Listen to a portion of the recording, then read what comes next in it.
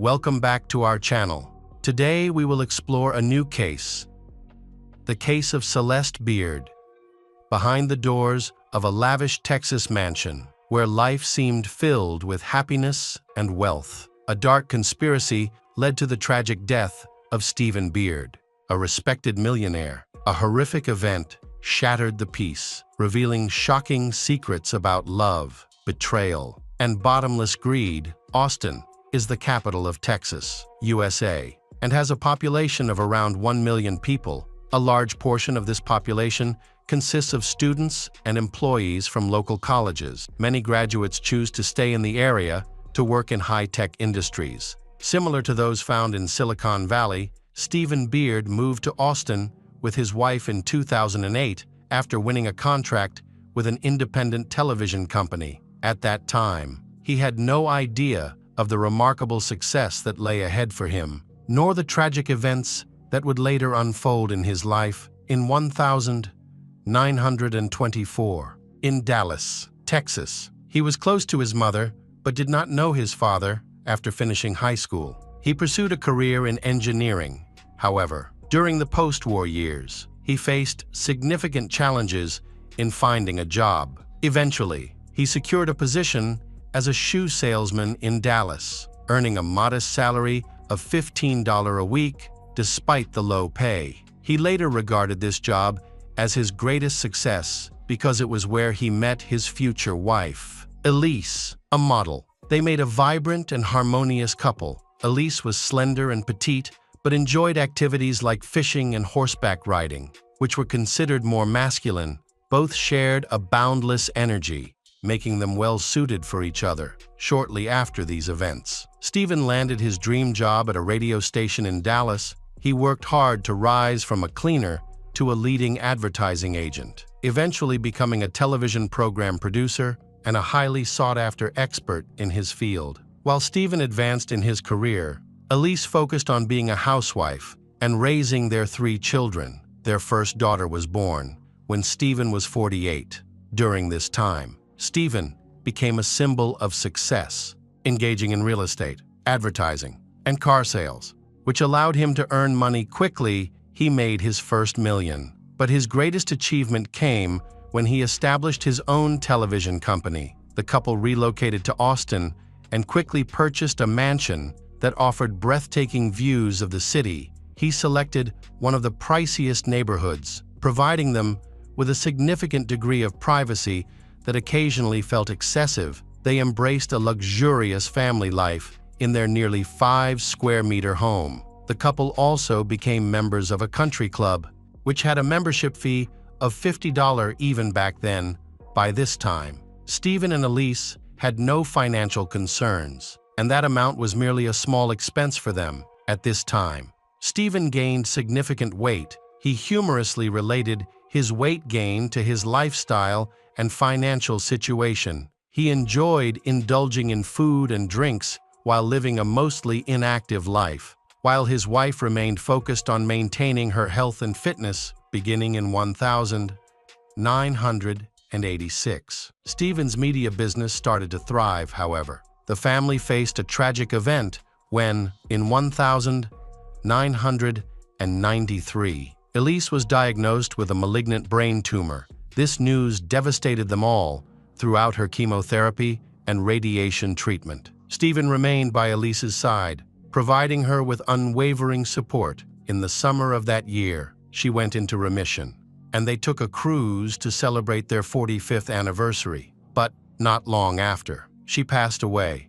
Family meant everything to Stephen, and he had been without Elise for a long time. Each day, he visited the Austin Country Club alone, drank several strong drinks, had dinner, and then returned to his mansion. Even though there were maids and nannies in the house to help with chores and look after the children, he felt overwhelmed and lonely. His relatives thought he needed a new wife or someone to help organize his life. Soon, Stephen met Celeste, a 30-year-old waitress at the country club. Attracted to her, he invited her to work as a housekeeper, and she happily accepted the offer. Celeste was born on February 13, 1963, in Los Angeles, Her mother abandoned her shortly after birth, and she was quickly adopted by Edwin and Nancy Johnson. The couple had struggled with infertility and faced multiple miscarriages, so they decided to adopt a child from an orphanage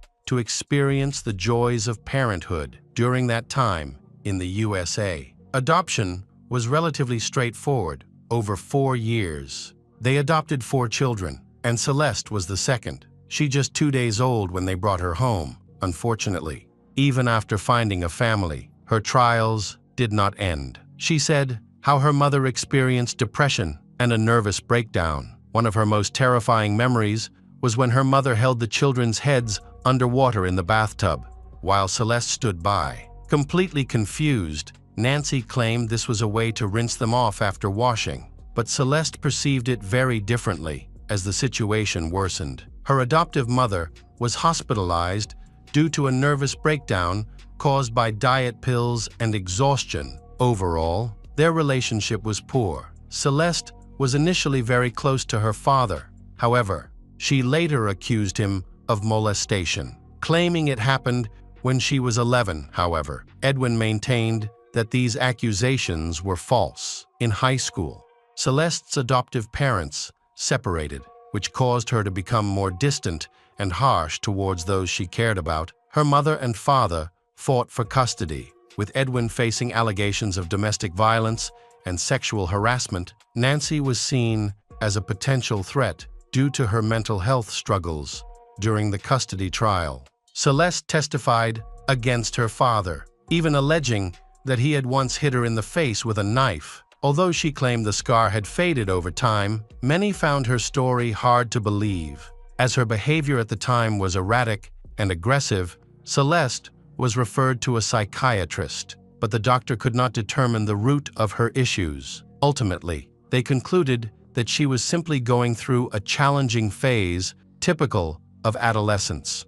influenced by hormonal changes throughout her life. She moved between different foster families. Despite facing challenges with her behavior, she was popular with boys, and she excelled in sports. Everyone recognized her as a lively teenager. Once she got her driver's license, she began speeding through her neighborhood recklessly. Her troubles continued, and at 15, she met a 17-year-old named Craig Bratcher at a bar. Shortly after their relationship began, she started skipping school and using drugs. Most of her time was spent hanging out with him at the beach. They eventually moved in together, and by 17, she became pregnant with twins. During this time, her tendency to lie became apparent. She told people that these children had been eagerly anticipated, but later expressed that her boyfriend was opposed to the pregnancy. She claimed to doctors that he had once struck her in the stomach, but later retracted that statement. Despite these inconsistencies, Celeste became engaged to her boyfriend on December 6, 1980,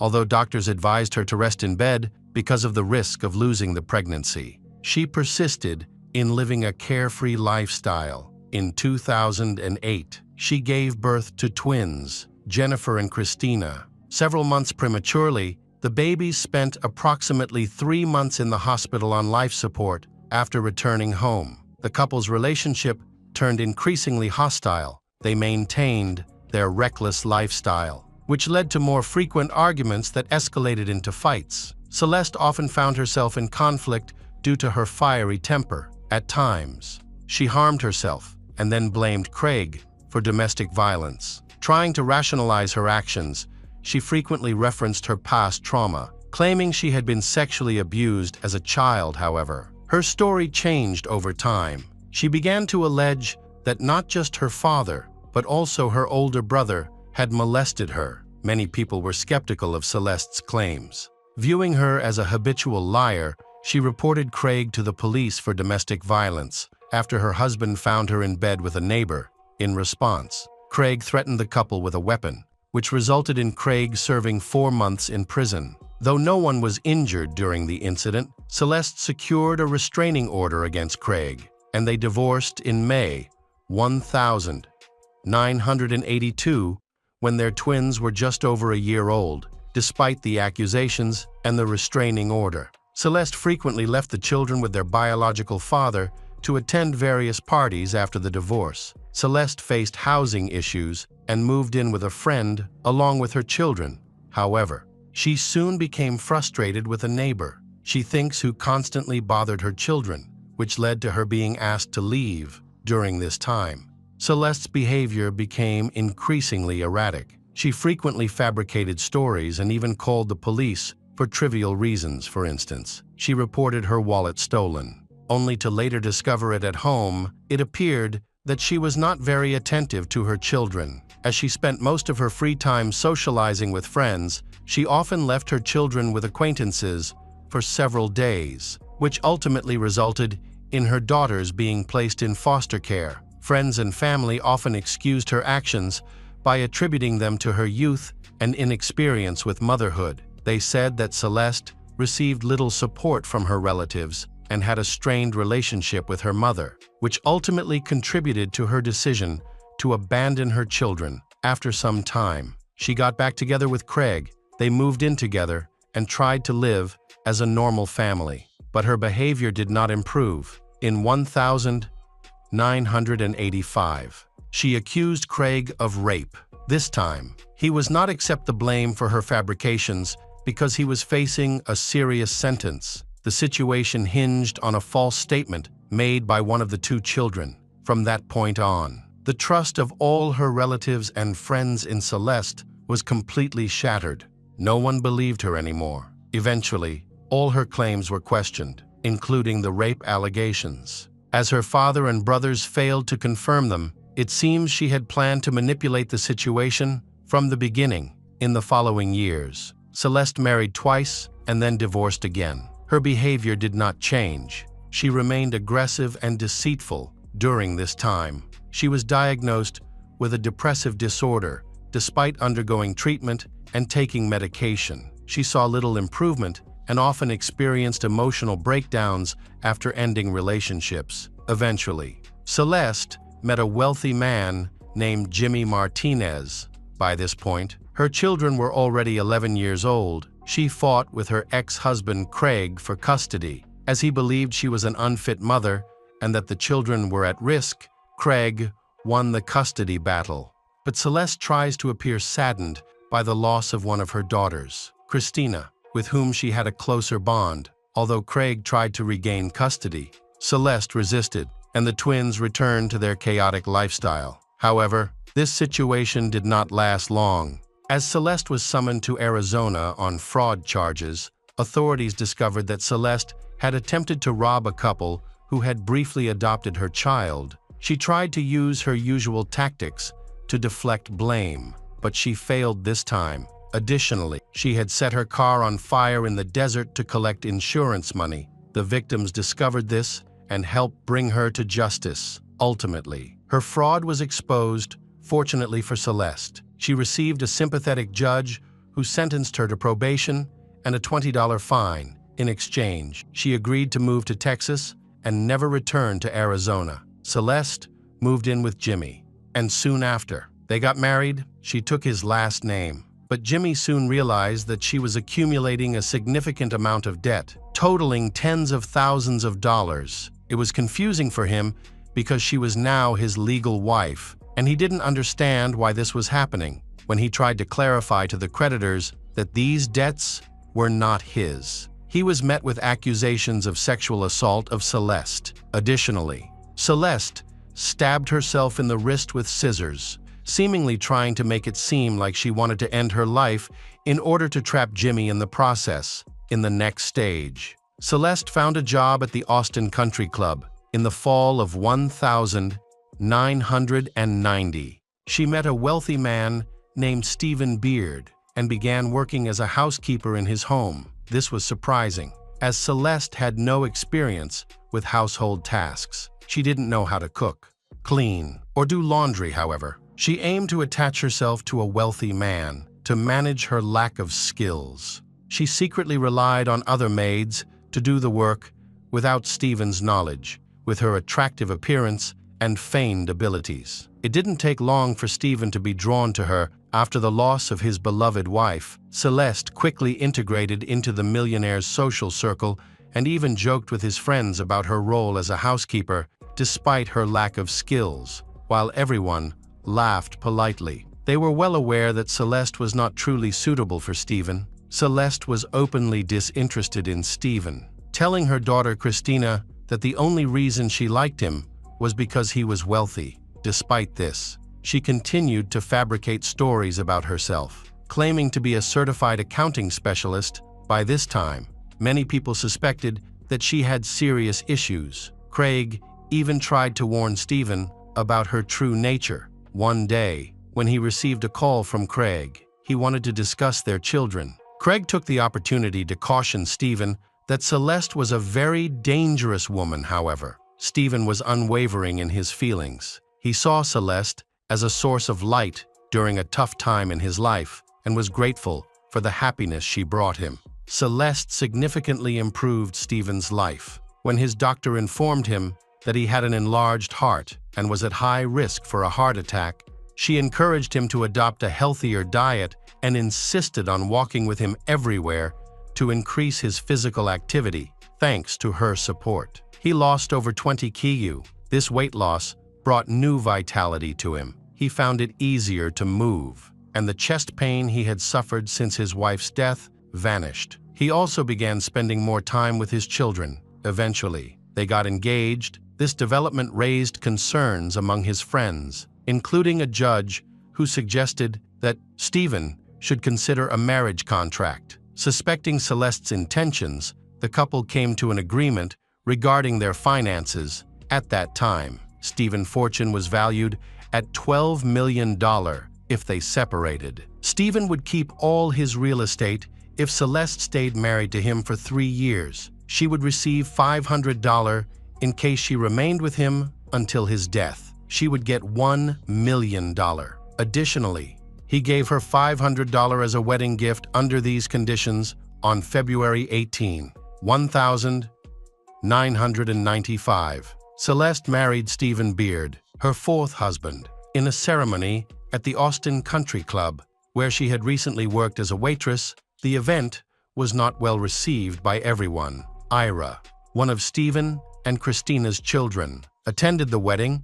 The others chose not to attend. Believing the marriage was a disingenuous arrangement, Celeste and Stephen spent their honeymoon in New Orleans. In March 1995, when they returned, Christina moved in with them. Christina often witnessed her mother crushing pills and mixing them into her husband's food. Celeste claimed these were sleeping pills, allowing her to leave her husband at home and go out for fun. Many people knew she frequented clubs at night while her husband slept, but they kept it from Stephen to avoid upsetting him. However, he soon sensed something was off. Despite giving Celeste a limited budget, he quickly noticed that she had spent over $100 within just a month of their marriage. He was particularly alarmed by the disappearance of jewelry from the safe. A friend at the bank informed him that Celeste had actually stolen the jewelry belonging to his late wife, Elise. This revelation enraged him,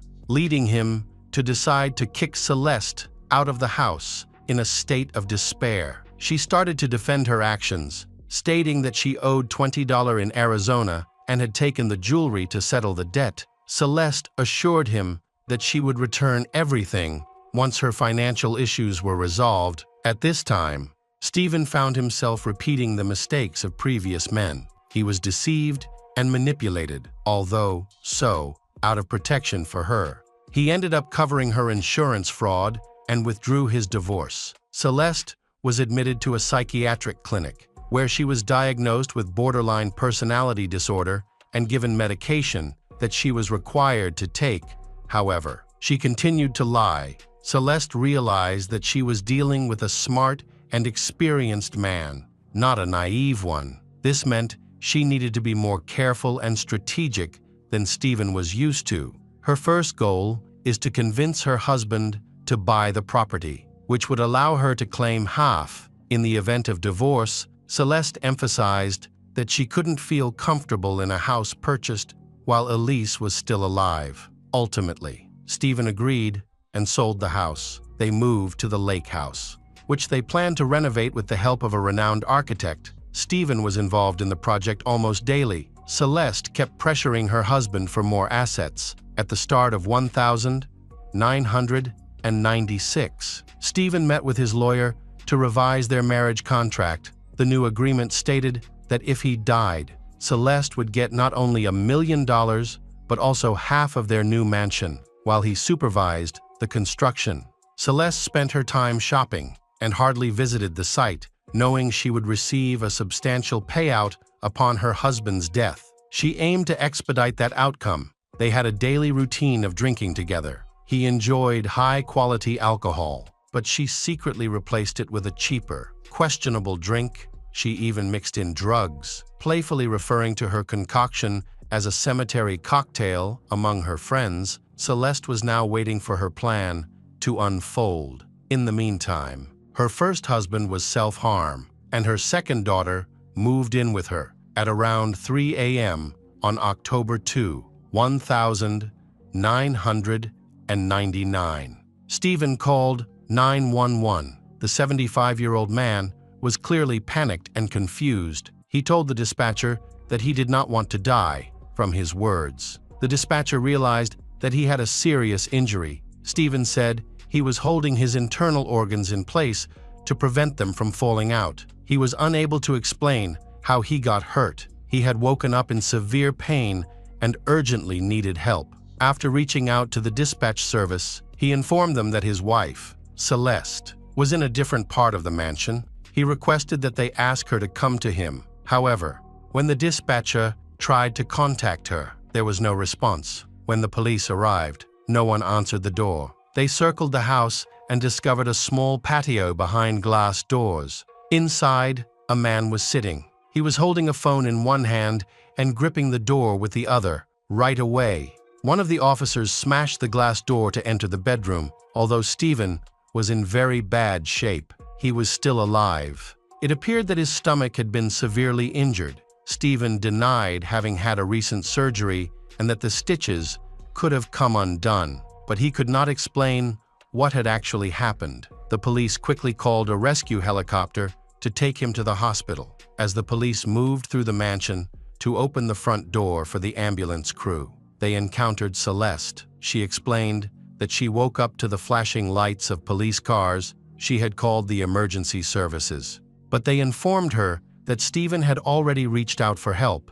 Both Celeste and her daughters confirmed that Stephen had not undergone any recent surgeries, so his injuries could not be attributed to stitches that had ripped. One of the arriving officers attempted to reassure the family. He informed them of the emergency, and Celeste pleaded for her husband's life while their daughters tried to comfort her. The girls then entered the bedroom where Stephen lay. Although they were not allowed to see him, they could hear their mother crying, and no one saw her tears. Meanwhile, in the next room, Stephen was fighting for his life. His injuries were serious. The paramedics began bandaging on the way to the ambulance, trying to hold the huge wound. One officer noticed a shell casing worker on the bedroom floor, leading to the declaration of the room as a crime scene. Investigators and forensic experts were called immediately, and all outsiders were removed from the bedroom to begin the investigation.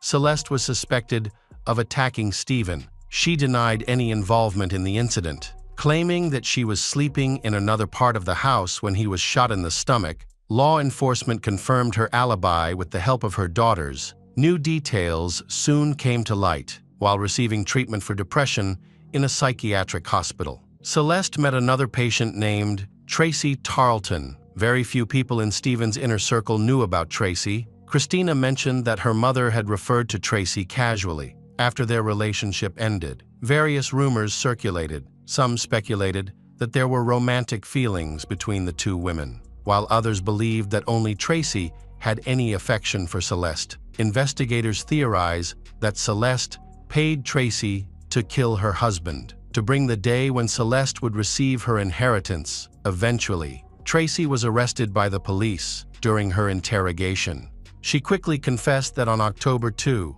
1999, she entered the Stevens mansion, went to the bedroom, and shot Stephen in the stomach before fleeing the scene. However, she denied intending to kill him when police searched her home. They found a weapon, which ballistics later confirmed was the weapon used in the attack. Surprisingly, Stephen survived the attack. Despite his serious injuries, doctors managed to save his life, and he returned home to continue recovering under the care of Celeste 2 years later. He died from a blood clot that had become detached. Doctors believe this is due to injuries from the previous attack following Stephen's death. Tracy's charges were upgraded to murder, making the situation much more serious. During the investigation, Celeste continued to live her preferred lifestyle, freely spending her late husband's money. She even remarried just 6 months after his death. Her actions raised increasing doubts and suspicions, but she maintained her denial of any involvement in the crime. Initially, Tracy's did not speak about Celeste's involvement in the events surrounding the death of Stephen. However, upon learning about the wedding, Tracy felt betrayed and started to assert that Celeste played a role in the Stephen's death. Tracy accused Celeste, and she agreed to a plea bargain with the prosecution. She also agreed to testify against Celeste in exchange for a reduced prison sentence in 2002. The trial commenced during the proceedings. Tracy testified against Celeste as part of a deal. Strong evidence was presented, including a recording where Celeste admitted to offering money for the murder of Stephen. Additionally, Celeste's daughters also testified against her, claiming that their mother sought a hitman to kill Stephen and then tried to persuade Tracy to prevent Tracy from testifying in the case. The court found Celeste guilty of first-degree murder, sentencing her to life in prison with the possibility of parole after 40 years. Tracy was also convicted and received a 10-year prison sentence, followed by 12 years of probation. Tracy was released from prison in 2011 and later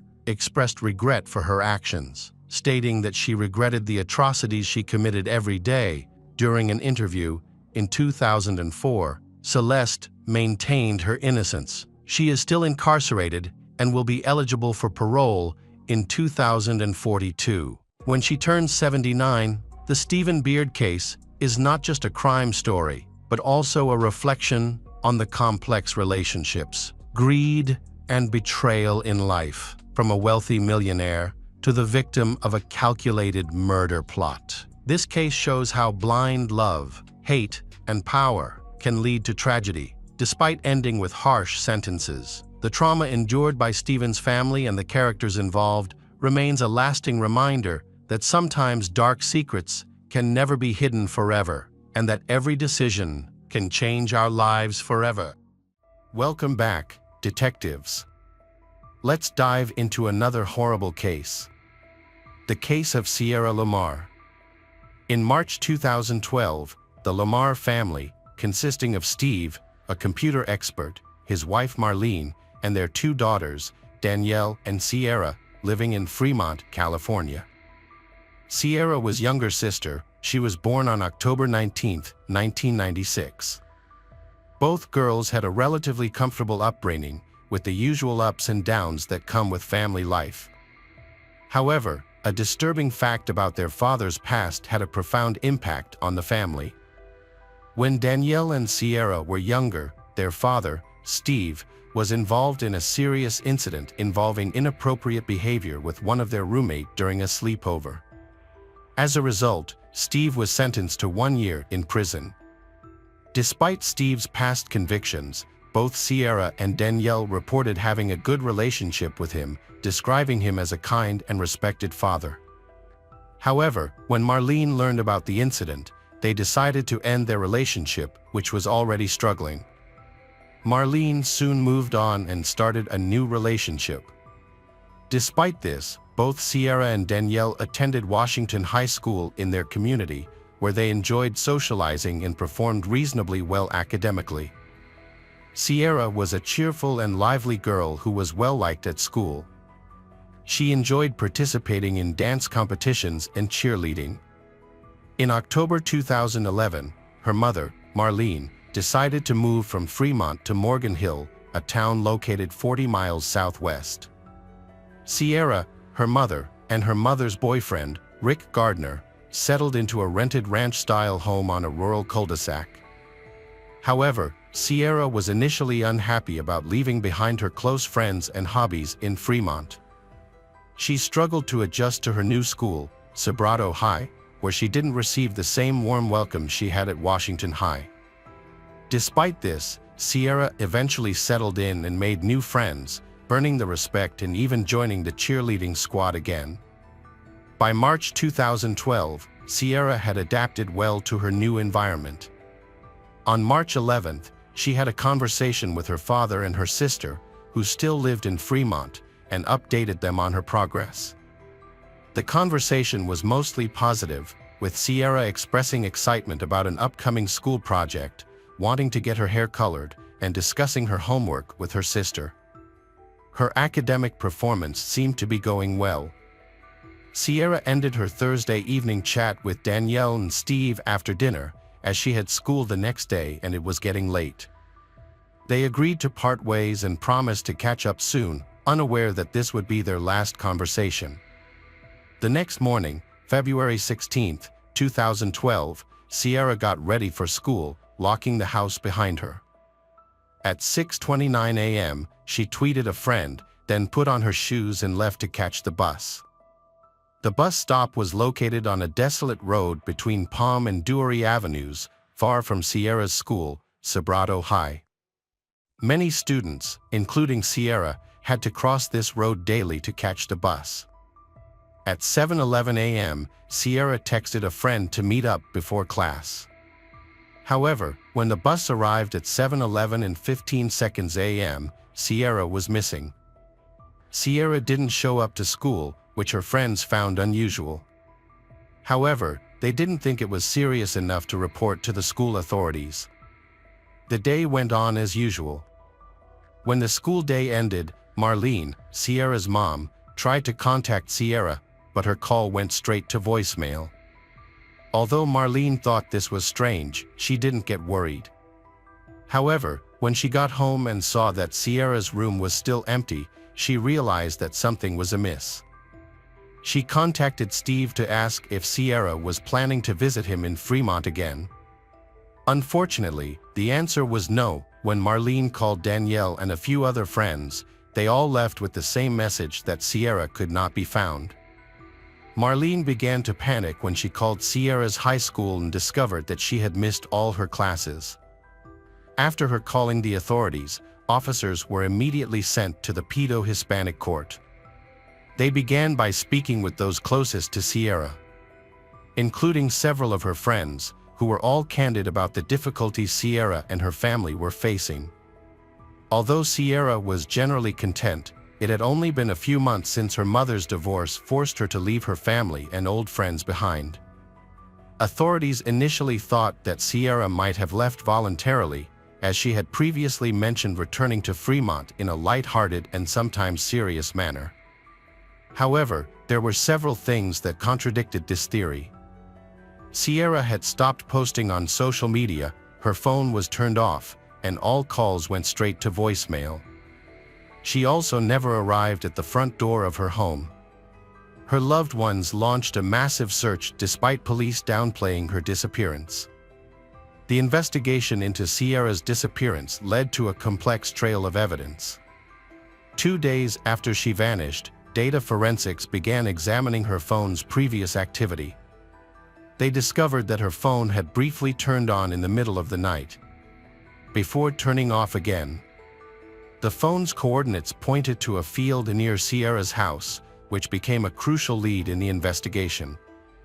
A search crew thoroughly searched the fields where Sierra's phone had last been detected. Within minutes, they found the Samsung Galaxy phone she had been using. It was near the road, damaged, and had likely been thrown from a vehicle. Investigators concluded that Sierra hadn't turned on her phone that evening. Instead, they believed that rain had caused a false signal, briefly activating her phone. This coincidence was crucial, as the entire investigation hinged on the discovery of her phone. The case took a disturbing turn when detectives realized that Sierra's phone was probably thrown from a moving vehicle. There were no footprints, tire tracks, or other visible evidence. The next day, a search crew made another discovery. Sierra's backpack was found 2 kilometers from her house, discarded outside a barn. The bag contained her schoolwork, inhaler, and money, suggesting that she had been on her way to school and was forcibly separated from her essential items. Additionally, a complete outfit, believed to be the one Sierra was wearing the morning she vanished, was found in her luggage. This outfit included her pullover, pants, socks, shoes, and even undergarments. The outfit was subjected to DNA testing, which yielded results. Specifically, her pants contained male foreign DNA, suggesting that she had likely been assaulted. The discovery of Sierra's phone and clothing led to a surge of local and international sympathy. The search effort, which had already intensified significantly in the days following her disappearance, received a fresh wave of support. Authorities received over 1,000 new tips, and officers worked more than 7,000 hours. Multiple search teams, comprising over 800 individuals, were deployed to thoroughly search the area. They systematically examined every available lake and reservoir, combed over fields, and searched abandoned buildings. Sierra's disappearance was a major topic of discussion in the community, with missing person posters put up everywhere. Her parents offered a $10,000 reward for any credible information leading to her safe return. Despite the efforts of the community and investigators, only a golf ball and a flipper were found. However, unbeknownst to the public, investigators were making progress in identifying a potential suspect. 12 days after Sierra's disappearance, on March 28, DNA analysis revealed that the DNA on her pants belonged to a local man. As part of the investigation, DNA samples from all 57 registered sex offenders in the Morgan Hill zip code were compared to the DNA evidence. Sierra's father, who had a criminal record, proactively contacted law enforcement and was quickly eliminated as a suspect. One of the local men who had not been ruled out as a suspect was Antolin Garcia Torres. Following a DNA match between the 21-year-old man and Sierra's pants, he came to public attention. At the time, he lived in Maple Leaf Recreational Vehicle Park with his mother, pregnant wife, and daughter, about 7 miles from Sierra's house. Antolin Garcia Torres had a troubling past, had a challenging upbringing marked by abuse and neglect.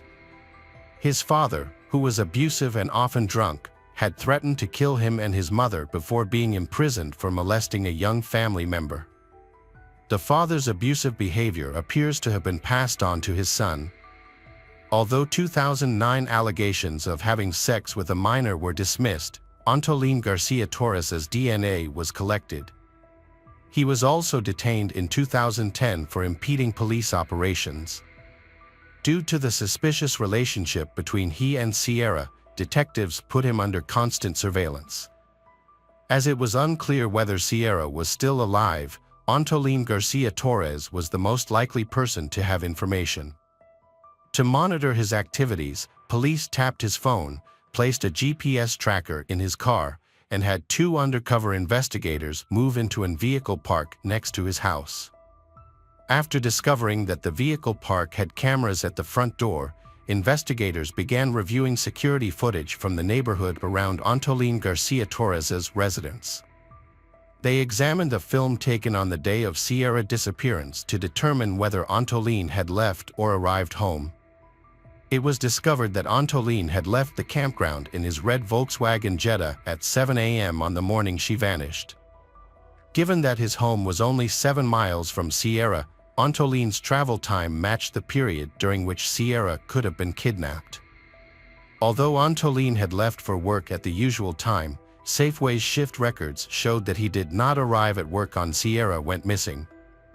It was found that 3 years prior, there were 3 unsuccessful kidnapping attempts in the Safeway parking lot. But none of the perpetrators were identified or detained. The only evidence from these attempts was a taser dropped by the perpetrator, which had a fingerprint on one of its batteries. However, it was only a partial fingerprint, requiring a direct one-to-one comparison to match. The idea seemed promising, but when Antoline's fingerprints were compared to those on the taser, a surprising revelation emerged. In reality, their suspect was indeed Antoline. Antoline was taken into custody by investigators after being positively identified as someone who was present when Sierra went missing. His DNA was found on her pants, and he had a history of involvement in kidnappings. This evidence was enough to detain him for questioning and to seize his vehicle for further DNA testing. During the interview, the suspect, Antoline, showed arrogance and was dismissive of the questions. He claimed that on the day Sierra vanished, he had gone fishing and didn't know who she was. He was confident that the investigators wouldn't find any evidence against him.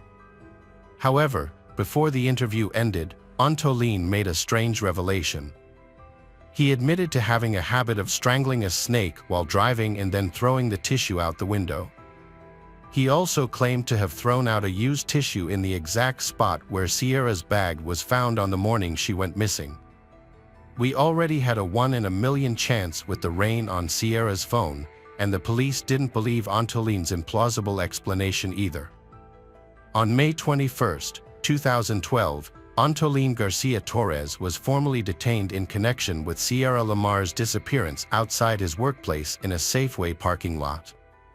This was the result of several distinct links between Sierra and Antoline's vehicle. A DNA test found her DNA on the interior door handle of the car's rear door. Additionally, fibers from the car seats matched those found on Sierra's clothing, and a piece of rope inside the car contained a strand of her hair. This proved beyond a doubt that she had been in his car at some point. However, even after his arrest, there was a significant issue. Despite the apparent evidence, Sierra's body had yet to be found. Could they accuse Antoline of first-degree murder without a body or verified death? In reality, Santa Clara County District Attorney Jeff Rosen announced on May 19, 2014, that he would seek the death penalty against Antoline. Although Antoline had previously pleaded not guilty to killing Sierra, the overwhelming evidence pointed to his guilt. Antoline's trial began on January 30, 2017, after being delayed. The trial was prolonged and stressful for all parties involved, with the prosecution and defense presenting lengthy arguments over 13 weeks of testimony. Antoline's defense team argued that his exposure to pesticides from surrounding fields during his childhood may have impaired his cognitive abilities. They claimed that this exposure was not his fault and, as a result, he should not be eligible for the death penalty. The defense argued that Antoline faced a unique disadvantage due to circumstances beyond his control. In a final attempt, Antoline's defense team requested a new trial, questioning the chief investigator's reliability and honesty, and alleging that he had tampered with evidence in the past. However, this attempt was denied. The jury convicted Antoline Garcia Torres of Sierra Lamar's first-degree murder on May 9, 2017. The evidence was so overwhelming against Antoline that he was unable to escape responsibility for his acts, even though Sierra's body has never been located. Outside of the evidence offered, Antoline was formally given a life sentence without the chance of parole after being spared the death penalty. Since his sentencing, Antoline has stayed largely silent, and despite receiving hundreds of letters from news organizations and total strangers, only one letter has been answered. Antoline wrote, "I hold fast to my innocence, and I'm not going to talk about the matter." It's puzzling why Annalyn continues to claim innocence despite the overwhelming evidence against him. The presence of his DNA on Sierra's belongings, her DNA in his car, his past crimes, and a detailed timeline all clearly indicate his involvement in Sierra's disappearance. The search for Sierra Lamar is believed by some organizers to be the longest continuous search for a missing person in U.S. history. It spanned 3 years, with over 1,100 searches conducted within a 15-mile radius, totaling 50,000 man-hours of effort. Volunteers braved extreme weather conditions, from scorching summers to cold winters, in their quest for any information about Sierra. Despite the passing of time, many volunteers continue to search for her, driven by the desire to bring closure to her family, even though they acknowledge the likelihood of her being deceased. Currently, the whereabouts of Sierra's body remain unknown, but the hope is that one day, the Lamar family will find the closure they seek. Welcome back, detectives. Let's dive into another horrible case. The case of Sherry Miller. Sherry Miller was born on October 13, 1971, in Flint, Michigan, a once prosperous Midwestern auto industry city that had fallen on hard times. Her childhood was marked by hardship, growing up without a father figure in her life. Her mother led a loose lifestyle, often drinking heavily and changing partners frequently. Sherry's childhood was spent in a trailer next to her mother's men, who regularly abused her. According to Sherry, she was abused from the age of 3 or 4. By the age of 16, she had left to fend for herself. At 17, she married, became pregnant, and had a child. However, her marriage eventually ended. Sherry remarried and divorced again.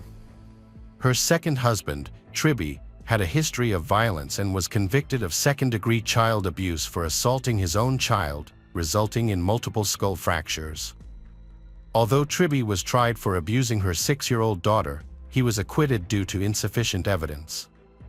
By the age of 26, Sherry was a single mother of 3 children, each from a different father. To support her family, she worked multiple jobs. Although she may not be a model, Sherry possessed a charm that drew people to her. In 1997, Sherry's life changed when she started working as an accountant at B&O Auto Salvage, a company owned by 47-year-old Bruce Miller. It was there that she saw a man who could provide for her and her children. Bruce Miller was born on July 26, 1951. He spent many years working at General Motors. After leaving General Motors, Bruce Miller moved into the auto scrap business, where he would collect old cars and resell their parts.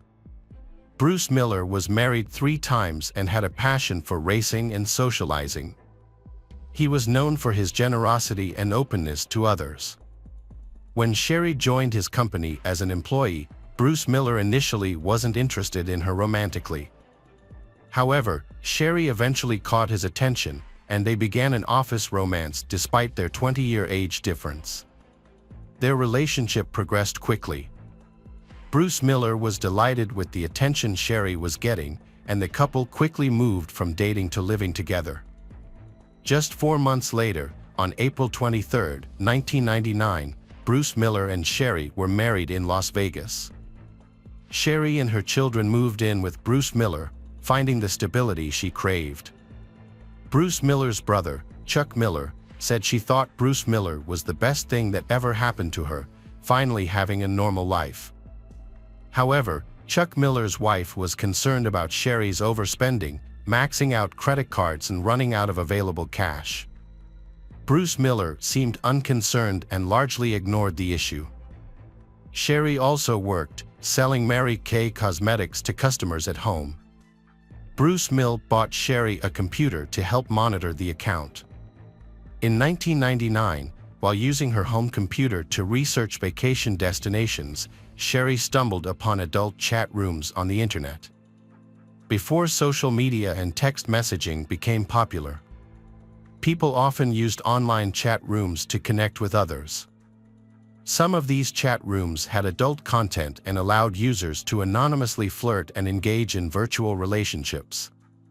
Bruce Miller knew that Sherry had been flirting with other people in these online chat rooms.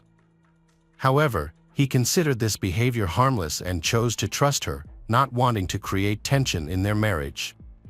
Sherry quickly became comfortable in the virtual world, regularly logging into chat rooms and sharing her deepest desires with strangers under various pseudonyms. One of the men Sherry met online was Jerry Cassidy, who used the pseudonym Rena Dudes. Jerry was born on October 6, 1960, in Kansas City, Missouri, having been married, raised a son, and enjoyed deer hunting with his brothers. Jerry also had aspirations of becoming an FBI agent. Later, after becoming a police officer, Jerry exposed corruption in the police department by reporting falsified records to a colleague. However, this decision resulted in him being demoted and eventually forced to resign after 9 years of service. Despite doing the right thing, after losing his career, Jerry suffered from depression and began to abuse alcohol and drugs. During this period, his marriage fell apart. However, he managed to pick himself up and moved to Reno, Nevada, where he took a job as a security guard at Harrah's Casino.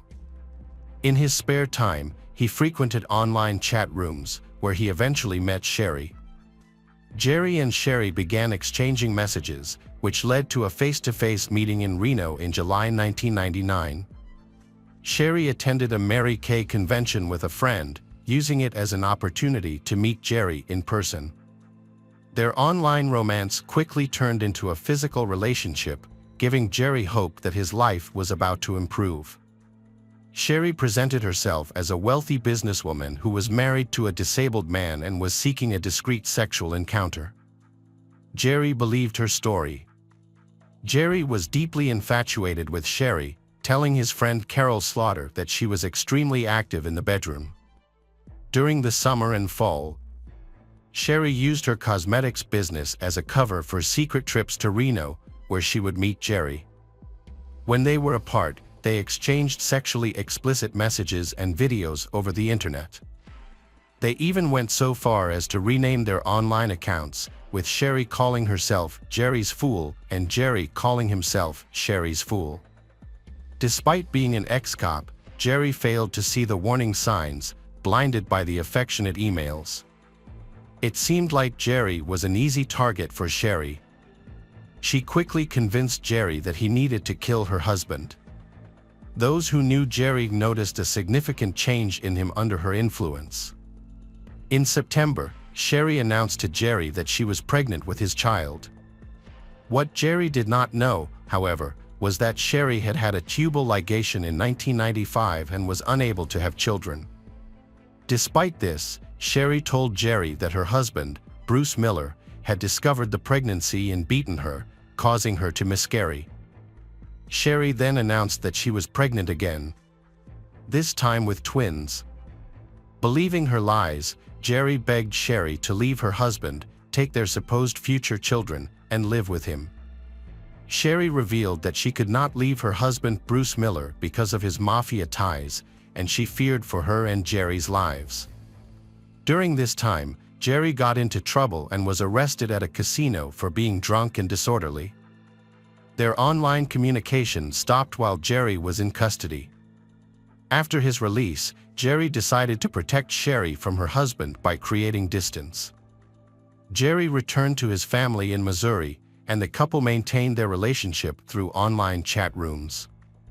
Sherry continued to update Jerry, sharing photos of her pregnancy. Jerry was eager to believe it.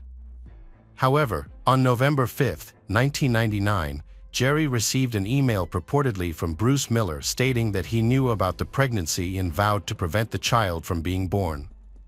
Concerned, Jerry tried to contact Sherry, who eventually sent him a text saying she needed to leave for a few days and would contact him later. The next day, Jerry received another text from Bruce Miller claiming that he had pressured Sherry into having an abortion. The text included pictures of Sherry, beaten and bruised. Jerry believes that Bruce Miller killed his unborn twins. Angry and grief-stricken, Jerry blames Bruce Miller for the deaths of his 3 children, including the twins, and the abuse of Sherry. On November 8, Jerry confided in Sherry that he could no longer continue the situation. Jerry was going to kill her husband, Bruce Miller. The couple then devised a plan to kill Bruce Miller, mapping out the route, parking, location, and best time to dispose of the body. Jerry drove from his home to Michigan to carry out the plan. That evening, as Bruce Miller was getting ready to leave work, Sherry called him and told him to pick up pizza on the way home, as planned. Jerry was waiting, and when Bruce Miller showed up, Jerry shot Bruce Miller with a 20-gauge shotgun. After the murder, Jerry returned home, and Sherry began the next part of her plan. She called Bruce Miller's brother, Chuck Miller, expressing concern about her husband being gone for so long, and asked him to check on Bruce Miller at the junkyard. When Chuck Miller arrived, he found Bruce Miller lying dead in a pool of blood. Witnesses reported that Bruce Miller had been shot in the chest at close range with a shotgun. When his wife Sherry heard the news, she began screaming and crying. Police found no evidence of a suspect. They discovered that Bruce Miller often carried large amounts of cash and initially suspected his death was the result of a robbery because his wallet was missing. None of the leads came up and the case was soon closed. Meanwhile, according to Bruce Miller's sister, Judy Miller, Sherry's behavior was not that of a grieving wife. 2 days after Bruce Miller's death, Sherry was spotted dancing at a bar in Otisville, Michigan. Within 2 weeks, she had found a new partner, Jeff Foster, a local delivery boy, and her relationship with Jerry was over. However, Jerry had hope. After killing Bruce Miller, he and Sherry would be together. But Sherry began to distance herself from Jerry. A month after the murder, she brought her new boyfriend, Jeff Foster, into her home and broke things off with Jerry, leaving him heartbroken. At this point, Jerry probably realized he had unjustly taken a life and was haunted by guilt. Jerry began to investigate, and he discovered that Sherry had lied and fabricated the whole thing. 3 months later, on February 11, 2000, Jerry committed suicide in his apartment in Odessa, Missouri, with a .22 caliber rifle. His body was found sitting with an open Bible on his lap. Jerry had condemned himself, accepted his guilt, and executed himself. Jerry's mother revealed in an interview that while cleaning the apartment, she accidentally found a briefcase hidden under the bed. Outside the briefcase was an envelope, and inside, they found 3 suicide notes. The contents of the letters indicate that Jerry confessed to killing Bruce Miller because he believed that Bruce Miller had abused Sherry and killed Jerry's 3 unborn children. However, the letters also made it clear that Sherry had lied to Jerry about the acts that Sherry had accused Bruce Miller of. In the letter, Jerry said that he went there and killed Bruce Miller. At the time, he was stupid and didn't realize the consequences of his actions. Now the truth about his depression is finally coming to light. He couldn't share his secret with anyone, and it consumed him. The truth is that Sherry wanted her husband dead so she could get the money. She got what she wanted, but she will soon learn that her actions will have consequences. He now understood that Sherry's actions were all a ruse. She had no qualms about hurting people. To back up his claim, Jerry provided transcripts of their text conversations. In between their intimate exchanges, Sherry had coached Jerry on how to locate dumpsters, where to park without being detected, and other important details.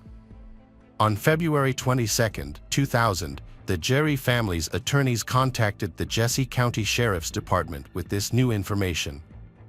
The police waited for Sherry Miller at the airport as she returned from a trip to Reno with her boyfriend, Jeff Foster. Sherry was arrested and charged with second-degree murder and conspiracy to commit murder. Police described Sherry as a skilled manipulator who tricked her lover into killing her husband under false pretenses. Despite overwhelming evidence against her, Sherry maintained her innocence to her husband Bruce Miller's family. Her trial began on December 12, 2000, in Michigan, attracting national attention due to the internet-related crime. The prosecution presented thousands of text messages between Sherry and Jerry, exposing her deception. According to the prosecution, Sherry's motive for wanting her husband Bruce Miller dead was financial gain. However, the defense argued that Sherry only received a minimal amount of money after Bruce Miller died. The defense argued that Jerry, acting as a jilted lover, fabricated evidence against Sherry. Sherry maintained that the nature of their online communications was purely imaginative and not based on fact. Furthermore, she admitted to lying about her pregnancy, saying her intention was to help relieve Jerry's depression. She also admitted to falsely claiming abuse in order to convince Jerry to stop contacting her. Sherry adamantly denied writing the messages describing the crimes, instead claiming that Jerry, a former homicide detective, created them using his expertise. However, evidence of these messages was discovered on Sherry's computer. Sherry Miller was found guilty on December 22 and received a life sentence for the murder charge, as well as a 54 to 81-year sentence for conspiracy. In 2007, while incarcerated, Sherry was diagnosed with post-traumatic stress disorder and other mental health conditions. She began treatment, filed an appeal, and even got married for the fourth time. Michael DeNoia was drawn to Sherry's story after seeing it on the news. Michael contacted her and they began corresponding. In 2008, Michael visited Sherry in prison and proposed to her. Although reports claim they were married in April 2008, there is no concrete evidence to support this. Sherry's fortunes changed when she won an appeal in 2008, resulting in her release from prison in 2009. A federal judge overturned her conviction, ruling that Jerry's suicide letter was inadmissible as evidence because it couldn't be scrutinized through cross-examination. The judge ordered a new trial and set bail, allowing Sherry to be released. In 2012, Sherry was sent back to prison to resume serving her original sentence after the court re-evaluated the admissibility of Jerry's suicide letter. Having spent 3 years outside, Sherry continued to maintain her innocence. In 2016, Sherry sent a 4-page typewritten letter to a district judge, abruptly confessing to her role in Bruce Miller's death. The sudden admission stunned everyone, as it was thought that Sherry would never voluntarily take responsibility. In the letter Sherry wrote, "A pivotal moment came when she was forced to return to prison after 3 years of freedom.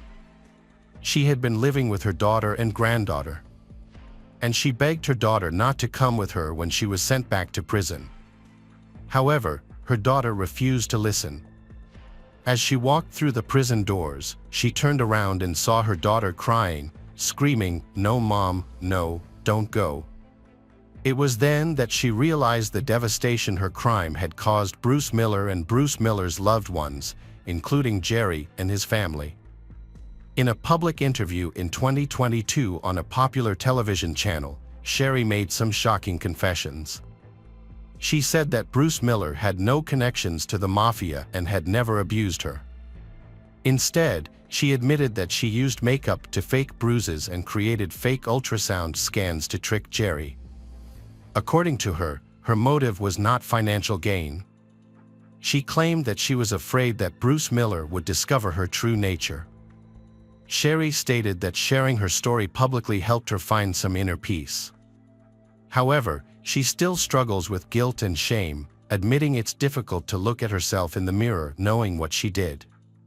After waiting for an opportunity to reveal the truth and find some sense of peace, Sherry remains imprisoned at the Huron Valley Women's Complex in Michigan. Sherry Miller has been sentenced to life in prison without the possibility of parole. Thanks for returning. Let's unravel another perplexing mystery. The case of Ellen Greenberg. Ellen Greenberg was born in June 1993 in New York to Santa and George Greenberg. She is an only child and grew up in a loving environment. During her high school years, she was very active in sports. Ellen was very sociable and also did well in her studies. After finishing high school, she attended Pennsylvania State University. However, when she started working in her field, Ellen realized that it was not her true passion. While working, Ellen also enrolled in a correspondence course at a teacher training academy. A few years later, she successfully completed her degree and moved to Philadelphia, where she became a junior high school teacher at a local school. Ellen's life was going well. She truly enjoyed working with her students. During this time, Ellen began a relationship with a young man named Samuel, also known as Sam Goldberg. He came from a wealthy and prominent family. Samuel's parents owned a large business and his uncle was known as one of the best lawyers in the state. Ellen and Samuel met at a party in 2009 through friends and quickly developed feelings for each other. Their relationship quickly developed and they later decided to live together. In 2011, Samuel proposed to Ellen with a diamond ring. The happy couple began planning their wedding, scheduled for the spring of that year. In January 2011, Ellen went to work at school as usual, but around noon, a strong wind and snowstorm caused classes to be canceled and both students and teachers were sent home. Ellen returned to her apartment, and then suddenly, Samuel also returned home. At 5 p.m., Samuel decided to go to the gym in their apartment complex. Samuel was gone for less than an hour, but when he returned, he found the apartment door locked from the inside and could not be entered. Samuel knocked loudly on the door and called Ellen's name. He then tried calling and texting Ellen, but there was no response. Samuel went down to the first floor to ask the security guard for help. Samuel explained the situation and asked the guard to open the door first. But the guard said that it was against his rules because he could not leave his post. Samuel then returned to his floor. He banged his shoulder on the door and on his first try, he broke the latch. It was very quiet inside. When he entered the kitchen, he saw a horrifying scene of Ellen lying on the floor, leaning against the cupboard door, her body stabbed multiple times and her clothes soaked in blood. Samuel quickly called an ambulance. When asked to check Ellen's pulse, Samuel hesitated and kept wondering if he really needed to do so. After a moment of silence, Samuel suddenly said that there was a knife protruding from Ellen's chest. Police arriving at the scene were surprised to find the door locked from the inside with a bolt, which Samuel had pushed open with his shoulder. There was no sign of forced entry or any intruder in the room. Nothing had been stolen from the apartment. During Ellen's autopsy, there were no signs of struggle or any attempt to defend herself, suggesting that the incident occurred suddenly and the victim had no time to react. Ellen's autopsy found about 20 stab wounds of varying depth, the fatal stab wound to her heart. Ellen struggled with anxiety and panic attacks. The situation became so severe that she sought the help of a psychologist. The initial assumption of the police, before the autopsy, was that Ellen had committed suicide. Ellen's therapist prescribed 2 anti-anxiety medications, which she took regularly. The psychologist confirmed that the medications would not affect Ellen's mental state or lead to thoughts of death. Despite her anxiety, Ellen never voiced such thoughts. Additionally, Ellen's friends and colleagues noticed that after she and Samuel began living together, her behavior began to change. Along with becoming anxious and restless, Ellen's parents also noticed similar strange behavior. 3 weeks before the tragedy, Ellen told her mother that she wanted to quit school, give up everything, and move back in with her parents. Her mother was surprised by this and assured Ellen that she could come home at any time. After the couple moved in together, Samuel began to act violently toward Ellen, leaving her fearful and reluctant to speak up. Ellen's psychologist noted that Ellen had difficulty expressing her feelings and experiences. It seemed as though she wanted to reveal something important, but fear held her back. The lack of care in the examination of the crime scene and body, as well as the subsequent investigation, was astonishing. Many important details, events, and evidence were overlooked or lost, making it impossible to reconstruct the full details of the incident.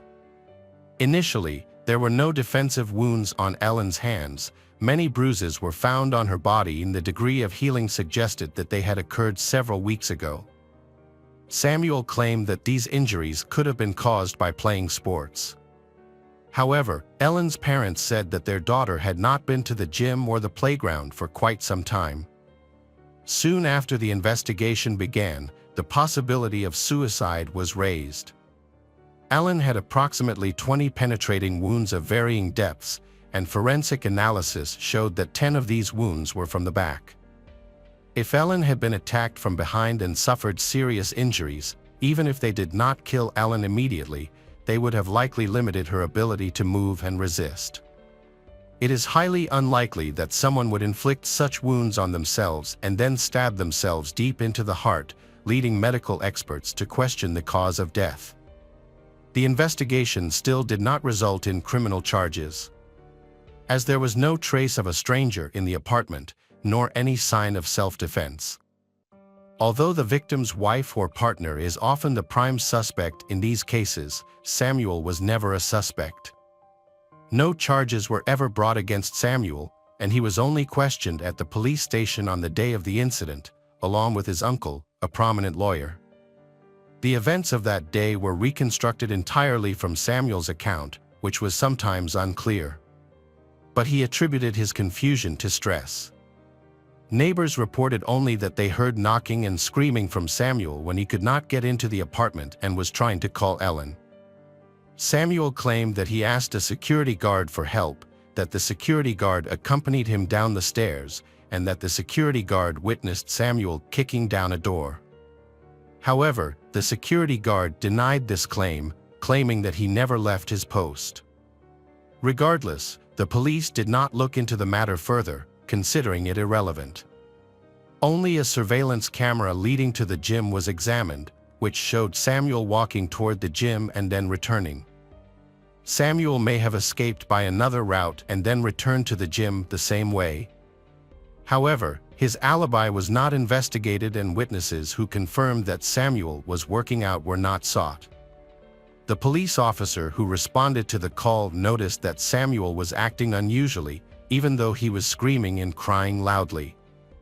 The expert suspected that he was faking his panic and anxiety. Importantly, before calling the police, Samuel contacted his parents and his uncle, a lawyer. His uncle arrived at the apartment before the police arrived to give a statement. Samuel went to the police station with his uncle. Furthermore, the next day, Samuel returned to the sealed apartment with his uncle to retrieve some personal belongings. Samuel took 2 laptops, a phone, and a tablet from Ellen.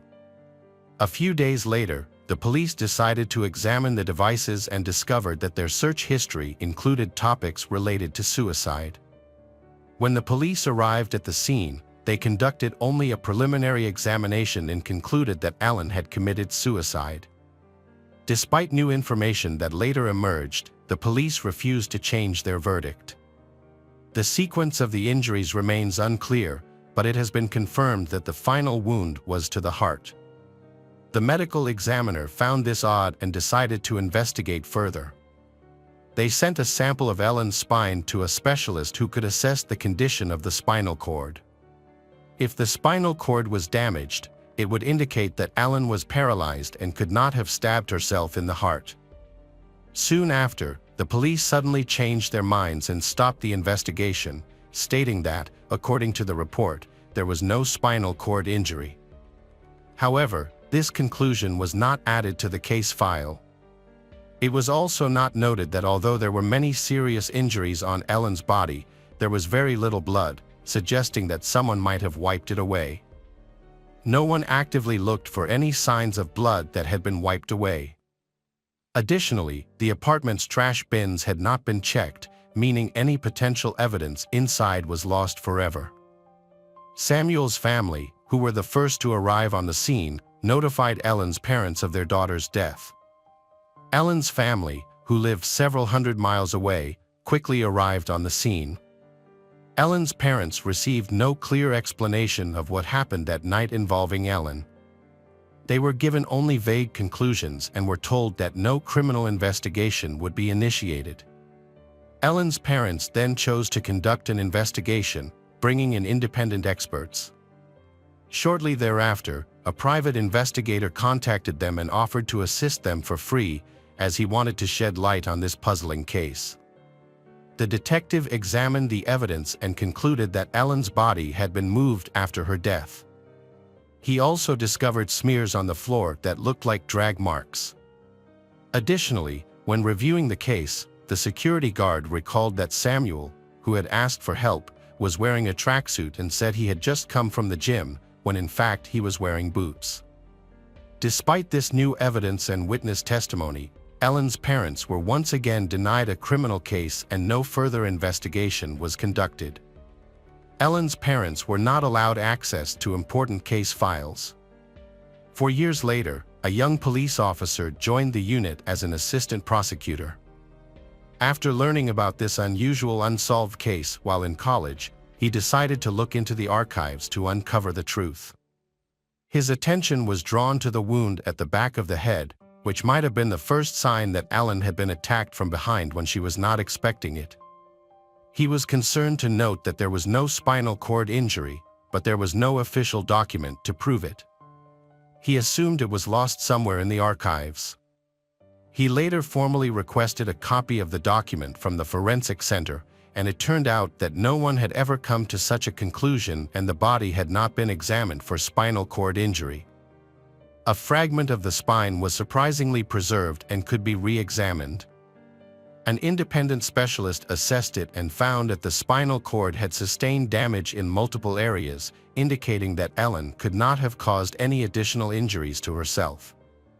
The findings were submitted to the police, but after reviewing them again, they decided not to pursue criminal charges.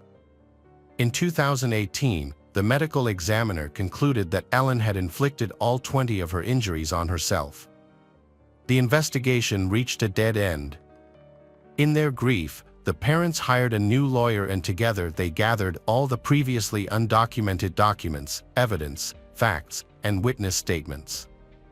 In 2019, they filed a new lawsuit against the medical examiner and the police.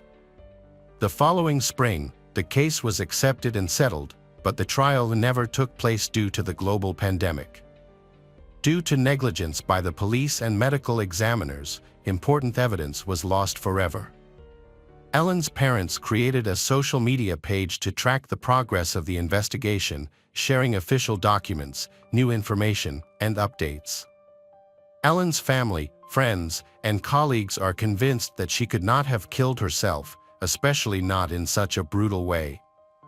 In the summer of 2022, the case was dismissed again, and Ellen's parents successfully appealed to the district attorney's office, where a new prosecutor took over. The investigation was restarted 11 years after the tragic events, but to this day it remains unsolved. During the first year after the tragedy, Samuel tried to keep in touch with Ellen's family. However, he did not participate in their investigation and refused to communicate with the police. He seemed to have no interest in the case, as Samuel accepted Ellen's death as a suicide. Samuel got married a year later. He and his wife moved to another state and cut ties with Ellen's family. They are now raising 2 children together. Hi everyone, thanks for returning. Let's unravel another perplexing mystery. The case of the Roman family. Jean-Claude Roman was born on February 11, 1954 in Laas, France, and grew up in Claques, Jura. He received his baccalaureate in 1971. He began his studies at Lycée du Parc in Lyon but dropped out after 1 semester. He then enrolled in medical school. Florence Cray was born on March 6, 1956. She pursued a medical degree at the University of Lyon, where she met Jean-Claude Roman, a distant cousin of her family. Initially, they didn't have a strong connection and barely spent time together. However, through mutual friends and study sessions, they gradually grew closer. Jean-Claude was attracted to Florence and he made an effort to win her over. In return, Florence considered him an ordinary person, not particularly outstanding. Her ideal partner was someone who combined the typical qualities of a doctor: intelligent, charming, and attractive. After failing her second exam, Florence decided to switch from medicine to pharmacy. Jean-Claude and her friend Luc Ladmiral also supported her decision. The 3 of them maintained the habit of studying, taking exams, and supporting each other for a long time, finally graduating in 1980. Florence and Jean-Claude then married, and 6 years later they welcomed their first daughter, Caroline. 2 years later they had a son, Antoine, after Caroline was born. Florence lived a normal life as a wife and mother, working part-time locally to support her family. Her husband, Jean-Claude Raman, worked for the World Health Organization in Geneva, near their home in France. In late December 1992, Florence was out running errands in Fère, France. Her children, Caroline and Antoine, were at school, and Jean-Claude was at work in Geneva. It was a normal day, with Florence still thinking about their recent Christmas celebrations. While she was out, she met the school principal. They exchanged holiday greetings and began discussing their Christmas experiences. The conversation eventually turned to an incident involving Florence's husband. The principal mentioned that the principal had been demoted due to an affair with a teacher, which led to a school board meeting. Her husband, Jean-Claude, also served on the school board, so the principal wanted to discuss the matter with Jean-Claude, so the principal's secretary tried to find Jean-Claude's contact information in the World Health Organization directory, since Jean-Claude worked there. However, Jean-Claude's name was not found, which the principal found strange. Florence laughed it off, but she was also curious. Florence assured the principal that there must be a good reason why Jean-Claude's name and phone number were not listed, and she promised to raise the matter with Jean-Claude when he got home from work. Jean-Claude and his acquaintances have lost touch. He keeps his professional life private, sharing very little with family and friends. His wife, Florence, believes he is a respected researcher in the medical field, but she knows little about his work, and Florence does not even have his office phone number. If Florence needed to contact him urgently, she would page him, and he would call her back as soon as possible. When friends asked Florence about Jean-Claude's role at the World Health Organization, WHO, she would laugh and admit that she wasn't sure. Sometimes, she would jokingly speculate that he might be a secret spy. In 1992, Florence discovered that the WHO hosted an annual Christmas tree event, where staff members could bring their families to decorate a tree together. What surprised her was that Jean-Claude had never mentioned this event to her. Florence was deeply disturbed by the recent events surrounding her husband. First, the school president revealed that her husband was not listed in the WHO directory, despite his claims of working there. Then, she discovered that a significant family event had taken place at his workplace over a decade ago, which he had never mentioned to her. These discoveries likely weighed heavily on Florence's mind. However, during the holiday season, Florence's brother visited the family and noticed a profound sadness surrounding Florence. As the new year, 1993, began, Florence and Jean-Claude spent time together, going shopping. During their outing, Florence insisted that Jean-Claude buy himself a new suit. On January 5th, Jean-Claude withdrew a total of 2,000 francs from 2 different ATMs. He then gave 500 francs to a homeless person he met before going to a gun store. At the gun store, Jean-Claude purchased tear gas canisters, cartridges, a silencer for a .22 caliber rifle, and a stun wand. Jean-Claude returned home, however, on January 11th at 4 a.m., a frantic call was made to the fire brigade, reporting a fire at the house. Garbage collectors on their early morning rounds discovered the house on fire and immediately alerted the fire brigade. The firefighters rushed to the scene and began extinguishing the flames. While they were working, they noticed someone moving in the upstairs bedroom window, indicating that the person was seeking help. Medical personnel were called, and the person, who was Jean-Claude, was rescued from the burning house. After being rescued, Jean-Claude was found unresponsive and in shock. Paramedics immediately attended to him, and he was taken to the hospital, where he eventually fell into a coma. The fire was quickly extinguished, allowing first responders to enter the premises. A family friend, Dr. Luc Ladmiral, was called to the scene and was met with the devastating sight of the charred remains of Antoine, Caroline, and Florence being carried out on stretchers. When a household fire results in fatalities, the police typically launch an investigation to determine the cause of the fire and rule out any potential criminal activity. In this case, Due to the significant loss of a prominent doctor's family, law enforcement authorities began an investigation into the tragic fire at the Roman residence. During the examination of Florence's remains, the medical team found evidence of blunt force trauma to the back of her skull, which raised suspicions and sparked an investigation. Further examination revealed that Florence did not die from the fire, but from the blunt force trauma. The examination of the children also yielded a disturbing discovery. Caroline and Antoine did not die in the fire, but were shot hours before the fire started. This new information indicates that the cause of death occurred before the house caught fire. As a result, the police have opened an investigation into the suspicious deaths of Florence and her children. However, Jean-Claude is in a coma and unable to provide any information, so the police have to look for other leads. Florence's home became a crime scene and police began interviewing relatives, acquaintances, and neighbors to find out what had happened to the family. As part of the investigation, police also contacted Luc Ladmiral, the doctor who witnessed the victims being taken from the scene. Luc had no idea what was going on, and Luc had no clue who the Florence family had enemies when asked by the police.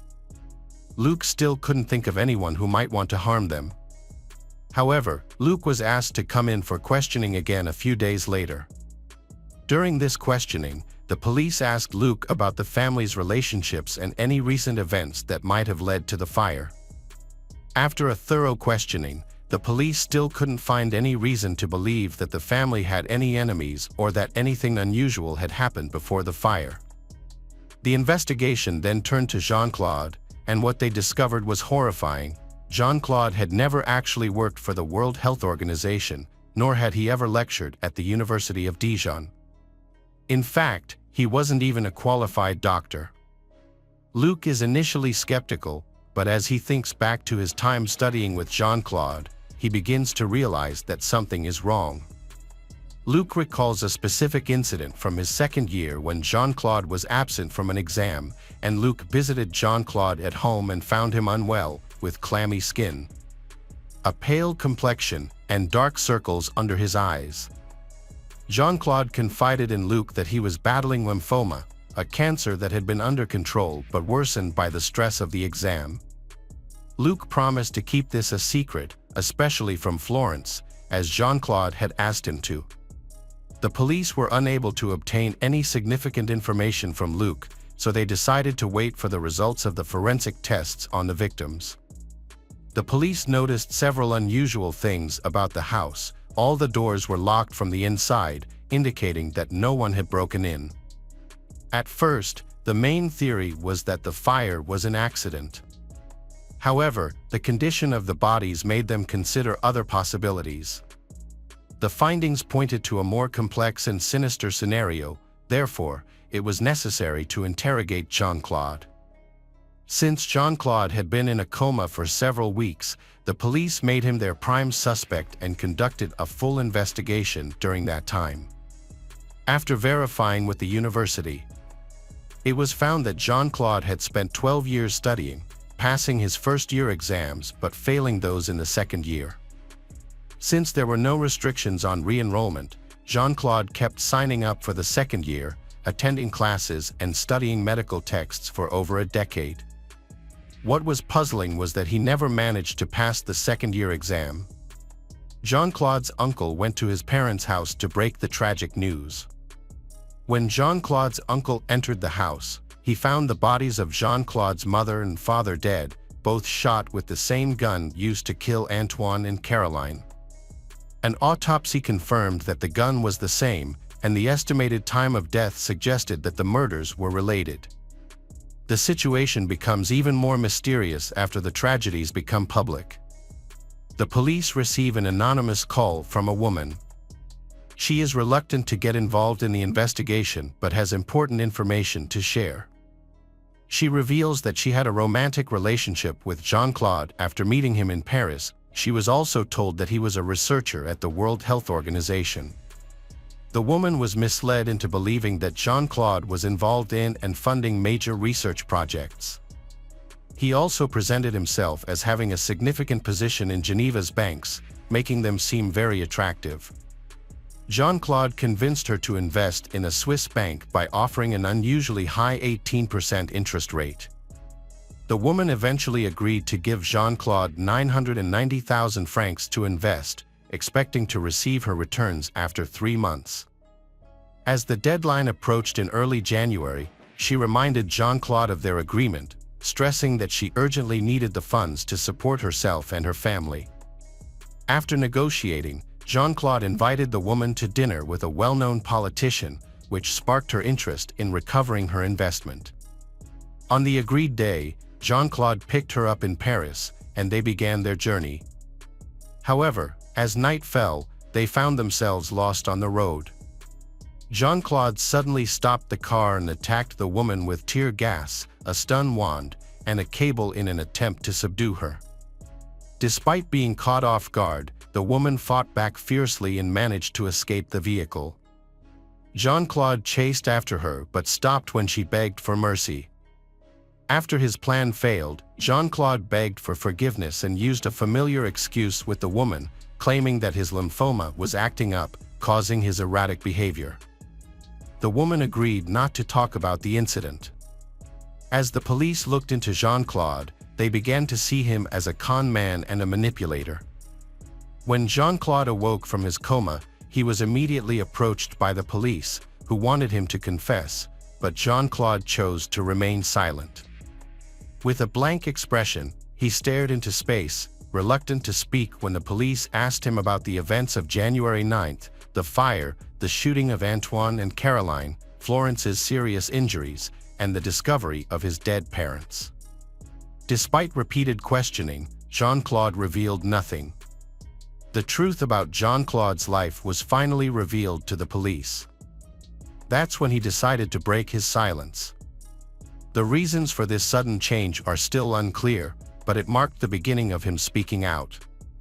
On the evening of January 9th, Jean-Claude and his wife Florence spent a typical night at home. After putting their children to bed, they went to their bedroom.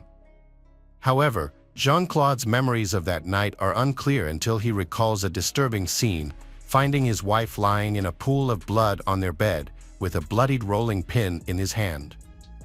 Confused about what had happened, Jean-Claude claims he didn't remember if an argument had occurred. He then went to sleep beside his wife's body. The next morning, he woke up and prepared breakfast for their children, Caroline and Antoine. He served them cereal and joined them to watch TV. When the children asked about their mother, Jean-Claude told them she was unwell and needed to rest.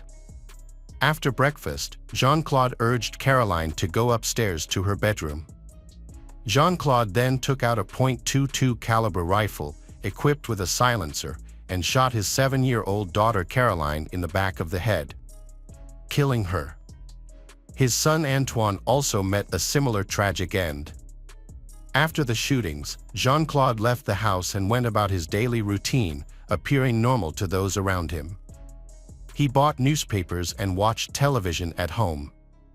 However, Jean-Claude received a phone call from his parents inviting him to lunch, which he accepted. Jean-Claude drove to his parents' home and joined them for lunch. After lunch, Jean-Claude asked his father to go upstairs with him, saying Jean-Claude needed help with a faulty boiler pipe. Jean-Claude's elderly father checked the pipe at Jean-Claude's request. However, Jean-Claude shot his father in the back. He then went downstairs to his mother and shot her. Before leaving, Jean-Claude also shot the family dog. During the trial, when questioned about this, Jean-Claude showed a hint of remorse. Overcome with emotion, he broke down in tears, explaining that the dog was cherished by his children and reminded him of Caroline. This moment led Jean-Claude to decide to return home and take his own life. But his plan did not go as intended. Jean-Claude's former lover gave him 990,000 francs for an investment scheme, which he used to support himself. Jean-Claude told many people, including Florence's relatives and family, about the high returns from his investments, and they trusted him because they knew him. Jean-Claude gradually amassed a large sum of money from those who trusted him. To avoid detection by the tax authorities and others, Jean-Claude transferred the money to accounts in his own name in Geneva. Meanwhile, Jean-Claude managed the family finances, keeping his fraudulent activities a secret from Florence. Eventually, the inevitable happened, and it was time for Jean-Claude to face the consequences of his actions. As expected, those who had invested with Jean-Claude began to demand their money back, along with the promised returns. Despite having amassed over 2 million francs, Jean-Claude spent it all as soon as he had it to cover immediate expenses, leaving Jean-Claude with little to no savings. The inevitable day came when Jean-Claude had to confess the truth to Florence and the others who had entrusted him with money. Jean-Claude could no longer maintain the lie he had created. Feeling trapped and overwhelmed, he believes that ending his family's lives is a way to protect them from the consequences of his fraud. Jean-Claude then plans to commit suicide to avoid facing the reality of his situation. On June 23, 1996, Jean-Claude's trial began. Throughout the trial, Jean-Claude remained largely silent, sitting behind a glass partition with police on either side. On July 2, the court delivered its verdict. Jean-Claude was found guilty of murdering his wife, children, and parents. He was given a life sentence with no chance of parole for 22 years. After serving time in prison, Jean-Claude claimed to have become a devout Christian and expressed remorse for his actions. In 2019, Jean-Claude requested to be released from prison to live in a convent, where he could spend the rest of his life in repentance. The judge agreed to Jean-Claude's request. Hi there, investigators. It's time to uncover the truth behind another case. The case of Kenneth Keith. Michael Hawkinsmith, 35, was born in Danville, Kentucky. He was a well-known pastor at a local church where he lived. After working at the church for a long time, he decided to work at a local pawn shop called ABC while continuing to work as a part-time pastor. After a while, due to the previous owner's health issues, Michael had to take over the entire pawn shop. Being an honest and helpful person, he easily connected with people. In his personal life, Michael was married to Angela, and the two had 2 children together, Andrew and Naomi. Michael and Angela jointly owned the ABC Gold, Games and More pawn shop in Danville, Kentucky. They homeschooled their 9-year-old son Andrew and took care of their newborn daughter Naomi. Andrew often visited his parents' workplace and considered it his playground. However, on the morning of September 20, 2013, the Hawkinsmiths went to the ABC store. The morning went as planned. Dan Smith, a regular at the pawn shop, made a scheduled visit. Smith, known as the Gold Man, was known for buying and selling gold between pawn shops across the state. About 15 minutes after opening, as Michael and Smith were making their transactions, a bearded man entered the store and ordered everyone to get on the ground, followed by horrific events. Andrew, who was at the ABC store at the time, after being instructed by his mother, Angela, to hide, noticed the tense situation and quickly called the police to report the situation.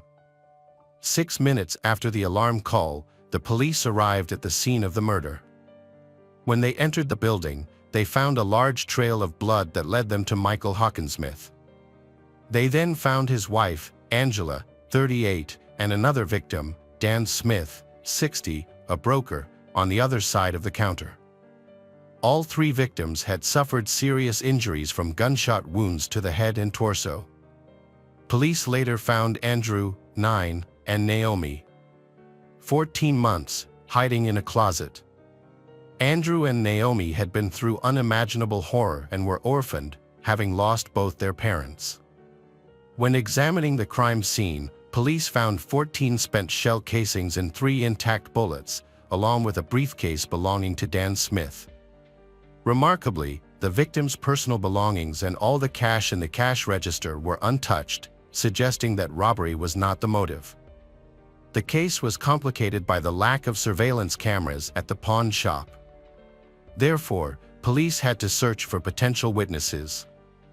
An employee of Rainbow Cleaners, a nearby dry cleaner, provided vital information when he described a vehicle that had been parked near the building that morning. The vehicle was a silver pickup truck driven by a large man with a bushy beard. While one team of investigators searched the area, another team had to notify the victims' closest relatives of the tragedy. Michael's parents were devastated by the news. However, they also felt blessed to know that their grandchildren, Andrew and Naomi, had survived. The tragic news reached the daughter of the third victim, Dan Smith. Dan Smith was involved in the purchase of precious metals and was well versed in the specifics of his job, which made it easy for him to find common ground with different people. His business involved handling large amounts of cash, sometimes in the hundreds of thousands of dollars. This led police to suspect that Dan Smith may have been the criminal's primary target. Through surveillance, police discovered that before going to the ABC Gold Games and More pawn shop, Dan Smith had gone to the Lawson Jewelry Store in Harrodsburg, 10 miles northeast of Danville. Inside the jewelry store, investigators found a surveillance camera mounted on the far wall that was monitoring every customer who entered and exited the store. Their goal was to determine if anyone was following Dan Smith. At 8:16 a.m., Dan Smith entered the store, and there were no other customers in the building at the time. Dan Smith was carrying a briefcase identical to the one later found at the ABC Gold Games and More pawn shop. After greeting the woman behind the counter with a smile, he walked toward the back of the store. Moments later, Dan Smith reappeared in the footage, exiting the back of the store, chatting briefly with an elderly woman who had just entered, and then leaving immediately. Footage from the exterior camera did not show anything suspicious. The police could do nothing but monitor the man, unaware that he would soon be at the center of a tragic event. Meanwhile, Andrew Hawkinsmith was brought to the police station to testify. Andrew told the story of how he was at the pawn shop with his parents when Dan Smith came in with a bag full of money. While Michael and Dan were talking, a stranger walked in and demanded the bag of money immediately. According to Andrew, Dan Smith immediately gave the stranger his bag of money.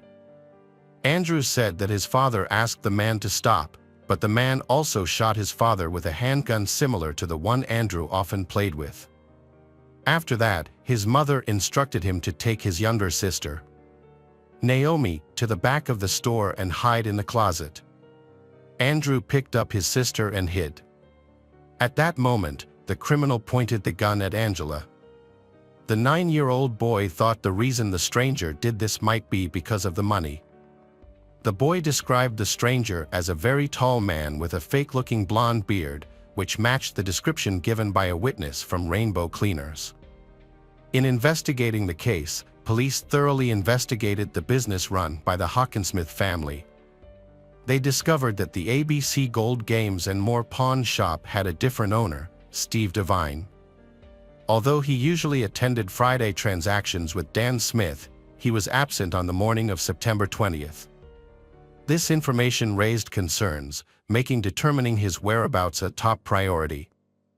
Steve Devine explained that he had an allergic reaction that morning and had to cancel all his appointments. His wife confirmed this story. The alibi and the fact that Steve Devine did not own a silver pickup truck helped eliminate him as a suspect. Steve Devine also explained why there were no surveillance cameras in the pawn shop. According to him, the security system had been removed by the previous owner, Kenneth Allen Keith. The new owner had yet to install a replacement. Kenneth Allen Keith, 48, is a pastor like Michael Hawkinsmith. He sold the pawn shop after being diagnosed with brain cancer. However, he is still the owner of another similar establishment, Gold Rush Buyers, in Pulaski County, near Danville's Bowles District. Their friendship began when Michael worked at a church youth camp and lasted 15 years. The Hawkinsmiths respected Pastor Kenneth, and he was like a beloved uncle to Andrew. With no significant leads, investigators decided to search the street surveillance systems near ABC Gold Games and More and other pawn shops. They found a camera on the office building of the real estate company Danville Rentals. Surveillance footage captured a silver pickup truck at 8:45 a.m., but the image was too blurry to determine the license plate or make. However, eyewitness testimony from Rainbow Cleaners helped police identify the vehicle. The witness described the vehicle as an older model with a distinctive square body shape. The vehicle in the video also clearly showed a square rear bumper that matched this description. The color, type, and shape of the vehicle all suggested that police had found the vehicle of the criminal. They continued to search surveillance systems farther and farther away from the pawn shop. Finally, at 8:17 a.m., cameras at the local Ephraim McDowell Hospital captured the same vehicle. Investigators were able to determine that it was a silver Dodge pickup truck. Dan Smith's family was also devastated by the loss of their loved one. Despite their grief, they attended the funeral and held back their anger. In search of more clues, the Danville police asked the public to come forward with any information about the crime or the vehicle involved. On September 24th, the police received a call from Tracy Hurl, a pastor in Warren, Michigan. He claimed to be a friend of Kenneth Keith and said that in their last conversation, they had discussed the Danville murders. At that point, Kenneth seemed to have changed. Pastor Kenneth Allen informed Tracy that on that particular day, he was driving to Danville to pick up medication for his wife. Kenneth also expressed guilt over what had happened, as he had given Michael Hawkinsmith the opportunity to become the owner of his former business. It turned out Kenneth's relationship with the Hawkinsmith family was not what people thought. Tracy recounted that in a conversation with Kenneth said that Michael was a fraud and that Michael had done everything to take over the business from him. These statements aroused suspicion, leading to Kenneth being named a suspect. To verify Kenneth's alibi, investigators decided to review surveillance footage from the Good Neighbor Pharmacy, where Kenneth said he had purchased medication for his wife at 9:24 a.m. According to the surveillance footage, a man entered the pharmacy. It was Kenneth. But just a few minutes earlier, the man was not wearing a green jacket or a beard, which were easily identifiable features of an attacker. However, this did not rule out the possibility that Kenneth was involved in the attack. There was a 6-minute gap between Andrew Hawkinsmith's call to the police and Kenneth's arrival at the pharmacy. The police decided to check whether it was possible to travel from the crime scene to the Good Neighbor Pharmacy in such a short time. They found that the trip took about 5 minutes, so Kenneth could have committed the murder, quickly gotten in the car, and gone to the pharmacy to establish a solid alibi. In addition, the main clue was that Kenneth had an unregistered 2008 Dodge pickup truck, silver in color. However, all the evidence found was circumstantial and not enough to make an arrest. So the investigators asked Tracy Hurl to participate in a series of fake phone calls aimed at Kenneth. Fortunately, Tracy agreed.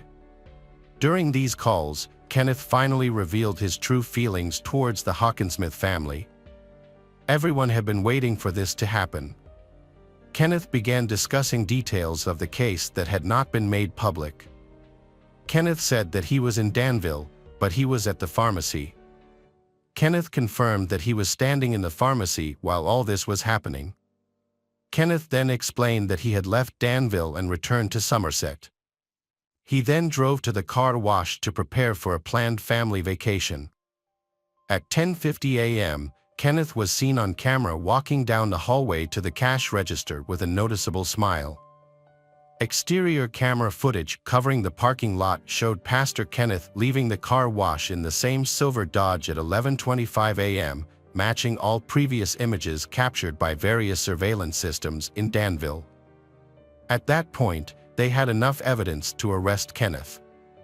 However, when he was offered a lie detector test to clarify his role in the case, he reacted in an unusual way. He claimed that he would not be able to pass a lie detector test because, During his military service, he had performed some special missions that involved killing a number of people.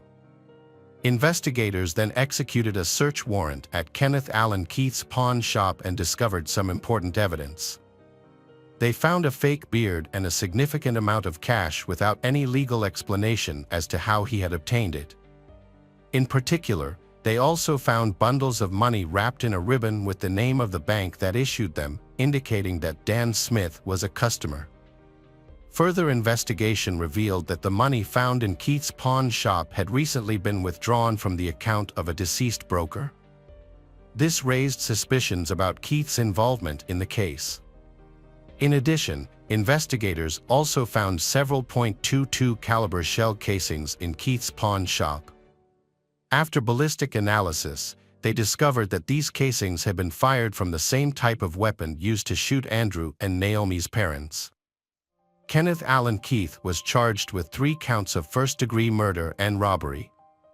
He believed that Michael Hawkinsmith and Steve Dine were conspiring to remove him from the business. However, there was no evidence that Michael Hawkinsmith and Steve Dine were involved in any conspiracy. When Kenneth met Dan Smith at the pawn shop, he tried to create a fake plan to make the police think that the case was a robbery. However, the plan failed when the police investigated and found no evidence of suspicious activities by Michael Hawkinsmith and Steve Dine. On September 20th, Kenneth arrived in Danville in his silver Dodge Caravan. He circled the pawn shop until he saw Dan Smith's car parked nearby. Kenneth then killed Dan Smith, Michael Hawkinsmith, and Angela Hawkinsmith. After taking all the cash, Kenneth calmly left the crime scene and stopped at the Good Neighbor Pharmacy, which was captured on surveillance cameras, creating a false alibi. Kenneth's decision to have his car washed appears to have been another attempt to remove any evidence that might have been left on the car. Prior to sentencing, in 2017, Kenneth Allen Keith pleaded guilty to all charges. He was sentenced to life in prison. Hi everyone, thanks for returning. Let's unravel another perplexing mystery. The case of Alyssa Burkett. Alyssa Burkett was born on December 31, 1995, in Mosquito, Texas, to Teresa and Burkett and Joshua Forey. She has 3 older sisters, Nikki, Madison, and Taylor, and 2 older brothers, Landon and Tyler. Alyssa showed creative talent from a young age. At the age of 7, she dreamed of becoming a fashion designer and even made her own clothes. Her grandfather, Russell Forey, a musician, encouraged Alyssa's passion, and at the age of 13, Alyssa decided to change her career path and pursue a career in law. Russell supported Alyssa's decision. After graduating from Royce City High School, Alyssa enrolled in a local college. When she was 18, Alyssa met a boy named Andrew Bird. He was 9 years older than her and seemed to be a mysterious bad boy. Despite her family's objections, Alyssa began pursuing Andrew. The relationship was unstable and complicated. Andrew did not work and relied on Alyssa for support. However, Andrew was very possessive, constantly monitoring Alyssa's every move. Her friends advised her to break up with Andrew many times, but Alyssa did not listen. In January 2019, 23-year-old Alyssa discovered that she was pregnant with Andrew's child. This unexpected pregnancy took Alyssa by surprise and forced her to rethink her future plans. Alyssa suspected that Andrew would not be a good father in the future, so Alyssa decided to break up with Andrew and raise her daughter on her own. Alyssa dropped out of college because of her pregnancy. On December 31, 2019, her 24th birthday, Alyssa gave birth to a healthy baby girl and named her Willow. Despite the challenges ahead, Alyssa is still trying her best to be a good mother. Alyssa often shares family photos on social media platforms. People close to Alyssa describe her as outspoken, energetic, kind, and has a bright smile. Alyssa has worked hard to earn money to take care of her daughter. She is working at Green Tree, a residential real estate company. With the support of her family, especially her grandparents. Alyssa tried to give her daughter a peaceful childhood while staying away from Andrew because she considered him unreliable. However, Andrew refused to give up. He initiated a fierce legal battle to gain custody of Willow, asserting that Andrew would achieve his goals at all costs and nothing could stop him. In April 2020, just 4 months after Willow was born, a woman named Holly Elkins, 22, appeared in Andrew's life. Holly Elkins quickly moved in with Andrew and began planning their life together. Holly Elkins saw Alyssa as a rival and sought to eliminate her from Andrew's life. Alyssa considered herself the best mother for Willow. She began to feel the growing threat from Andrew and his fiancée Holly Elkins. Friends advised Alyssa to be cautious and prepare for the worst. Little did Alyssa know that her life was about to be seriously threatened. As soon as Andrew Bird and Holly Elkins began dating, they immediately launched a plan to bring Alyssa down. Their goal was to ruin Alyssa's reputation and take away Alyssa's custody of their child in order to gain custody of Willow. In text messages, Holly Elkins openly expressed her desire to eliminate Alyssa. Holly Elkins wrote to Andrew that Alyssa was controlling him, making him prioritize Alyssa, and demanding that Andrew show subservience to Alyssa. Holly Elkins viciously criticized Alyssa, calling her a liar, stupid, and a bad mother. Holly Elkins encouraged Andrew to take action against Alyssa, claiming that Alyssa was hindering their family happiness with Willow. Holly Elkins and Andrew installed a GPS tracking device on Alyssa's car to monitor her every move. Holly Elkins then anonymously called 911, falsely reporting that Alyssa was driving erratically in order to discredit her with the police. On another occasion, Holly Elkins went to the police station and falsely accused Alyssa of attacking her. To prove this story, Holly Elkins scratched her chest. The couple also hired a private investigator to find evidence against Alyssa and her new boyfriend. However, the detective did not find any evidence that could incriminate Alyssa, but Holly Elkins and Andrew did not give up. In September 2020, Holly Elkins and Andrew hid drugs and unregistered weapons in Alyssa's car and anonymously reported that Alyssa was trafficking drugs from her car. During the interrogation, Alyssa cried and insisted that she had nothing to do with drugs and immediately suspected Andrew of having a role in the plot, with the aim of discrediting Alyssa in the eyes of the police. Unfortunately, she could not prove it. Holly Elkins and Andrew planned every detail of the crime. On September 10, 2020, Holly Elkins went to a sports store with Andrew. There, Andrew bought a black raincoat with cash, and Holly Elkins helped Andrew choose the right outfit for the crime plan. On September 14, Holly Elkins went to a pharmacy and bought dark foundation and other cosmetics to disguise Andrew. On September 19, Holly Elkins and Andrew stopped by a hardware store where they bought shotgun shells and a large Camillus knife. Both the gun and knife would be used by Andrew to take revenge on his daughter's mother, Alyssa. During the last week of September, Holly Elkins texted Andrew frequently, urging him to carry out the plan. Holly Elkins stressed that they needed to resolve the issue. Holly Elkins knew that their relationship would be in danger if Andrew did not act. Upon receiving the text messages, Andrew put his plan into action.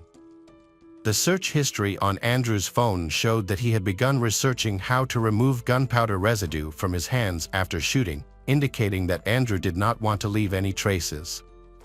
6 days before the attack, Alyssa and Andrew purchased a used black Ford Expedition.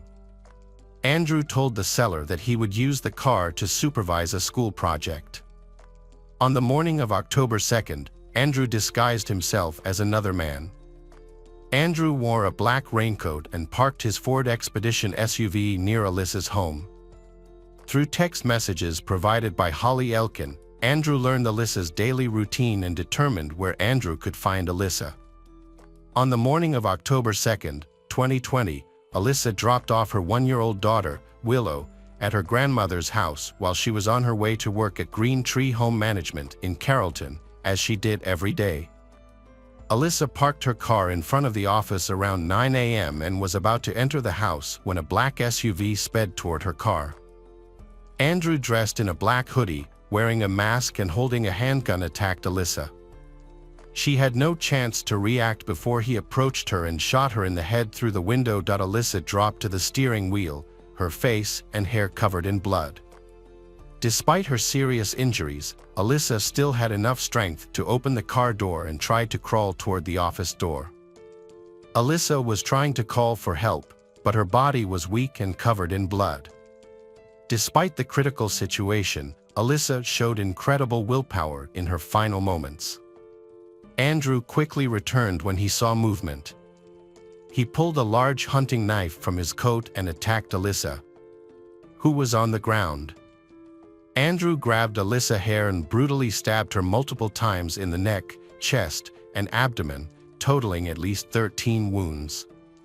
Alyssa died on the spot from these severe injuries. When Alyssa's coworkers ran out to the parking lot after hearing her screams, they found Alyssa lying in a pool of blood with her throat slit.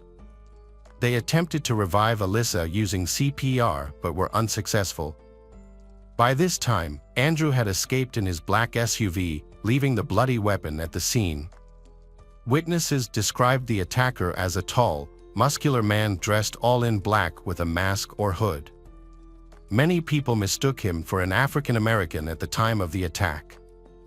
According to Holly Elkins, she was at home with Andrew's daughter, Willow, giving her an alibi. Holly Elkins later told police that Andrew was believed to be with her the entire time. The brutal murder, which happened so brazenly in a public place, shocked the people of Carrollton. They were puzzled about the motive for this dangerous crime. However, Alyssa's loved ones and friends immediately suspected Andrew Bird. They knew about the ongoing dispute between Alyssa and Andrew over the custody of their child. Alyssa's mother, holding back tears, reported her suspicions about Andrew to the police.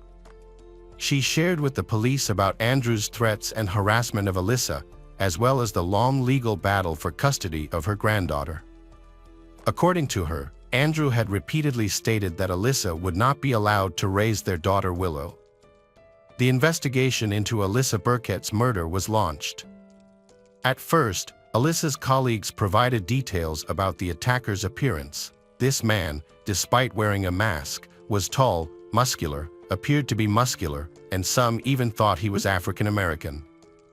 The testimony of Alyssa's loved ones made her ex-boyfriend, Andrew Bird, the main subject of the investigation. Alyssa's new boyfriend also said that Andrew had given them detailed addresses, even though no one had told Andrew. Based on this information, police began tracking Andrew's location in Rowlett.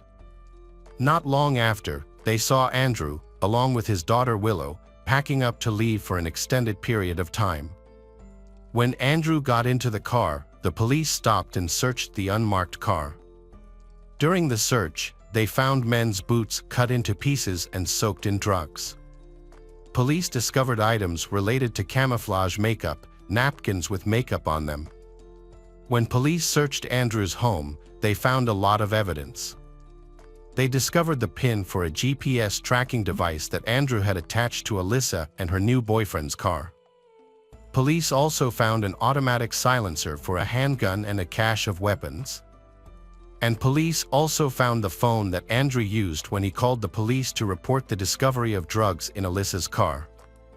Police confiscated 3 of Andrew's phones. When police checked the search history of one of those cell phones, they found questions about how to disassemble a gun barrel on his hand. This suggests that Andrew was trying to cover his tracks. Police found an abandoned black Ford Expedition SUV on the outskirts of town. When they examined the cabin, forensic experts found Alyssa's blood and fake beard hairs with Andrew's DNA. The dealer confirmed that Andrew had bought the car and paid in cash. Forensic tests showed that Alyssa's fatal bullet was fired from a .45 caliber handgun found in the car. Andrew's fingerprints were also found on the handle of the hunting knife. Additionally, Andrew's handwriting appeared on GPS devices and in calls to police. It appears that the prosecution has assembled evidence of Andrew Bird's guilt. However, the complaint also seeks to hold his co-defendant, Holly Elkins, accountable. Email exchanges between Andrew and Holly Elkins revealed Holly Elkins' role in planning and inciting the crime. The investigation spanned several months, during which time the prosecution assembled strong evidence tying Andrew and Holly Elkins to the brutal death of Alyssa Burkett. In June 2022, the Alyssa Burkett murder trial began, nearly 2 years after the tragedy. The two defendants, 35-year-old Andrew Bird and 23-year-old Holly Elkins, were charged with stalking, conspiracy, and first-degree murder. A key witness was Christopher Mayo, Alyssa's new boyfriend at the time of her death. Christopher Mayo told the jury what had happened over the course of several months, including the arguments and troubles they had endured. Christopher Mayo recalled numerous occasions when Alyssa expressed to him her fear that Andrew would harm her. Christopher Mayo witnessed Andrew's frequent threats over the phone, along with lies that damaged Alyssa's reputation with social services and the police. In addition, Christopher Mayo believed that the person directly directing all of the above actions was Holly Elkins. Alyssa's co-workers and friends shared her grief. Before her death, Alyssa shared with her co-workers and friends her fear of Andrew and the feeling of being constantly watched. Alyssa even told a friend that if anything happened to her, Andrew would be the one to do it. Forensic experts presented the jury with a large amount of physical evidence linking Andrew Bird to the crime scene. The evidence included Andrew's DNA and fingerprints on the murder weapon, as well as gunpowder residue and camouflage in his home and car. And evidence of email exchanges between Andrew and Holly Elkins, indicating they had planned the crime together. Andrew's defense argued that his actions were unintentional and not premeditated. The defense also stressed that Andrew was under a lot of pressure and stress from the protracted legal battle, which had affected Andrew's emotions. However, evidence from the correspondence and the careful planning of the act refutes these theories. Meanwhile, Holly Elkins denied any involvement, offering a plea, but her testimony was also full of lies. Holly Elkins' text messages incited Andrew to take action against her rival Alyssa. In May 2023, the judge handed down the verdict. Andrew Bird was sentenced to 43 years in prison. Holly Elkins was sentenced to 20 years in prison for being an accessory to a crime. The courtroom erupted in applause as justice was finally served. Alyssa Burkett's killers got what they deserved. Alyssa family, in pain and tears, expressed deep gratitude to the journalists and the jury. Although the killer faces a harsh sentence, Alyssa Burkett's family cannot make up for their terrible loss. Hi there, investigators. It's time to uncover the truth behind another case. The case of Frank Spencer. Frank Spencer was born on November 10, 1965, in Bloomsburg, Pennsylvania. His father was Cyrus, and his mother was Melina Spencer. Since childhood, Frank loved active games and sports, which helped him maintain a healthy body and mind. When he was in high school, he demonstrated his special ability on the wrestling team and was recognized as an excellent member. Frank had a strong ambition in business and wanted to continue the family business. So, after graduating from high school in 1984, he attended a local university and completed his course in 1988. After his father passed away, Frank became the owner of Spencer's Auto Parts. The year 1997 marked an important event in Frank's life. It was the year he met Maria. The two of them were attracted to each other at first sight. Maria was known for her hot temper and daring personality, which intrigued Frank. Frank's friend Paul remembered that Frank had always liked strong and wild people. And he was a bit like that too. When Frank and Maria met, they had a great start. However, not everyone was happy with the relationship. Maria's parents, in particular, had mixed opinions about Frank. They believed that Frank was not the right man for their daughter. Furthermore, There were rumors that Frank's father had been involved in a gang and was even a hired criminal.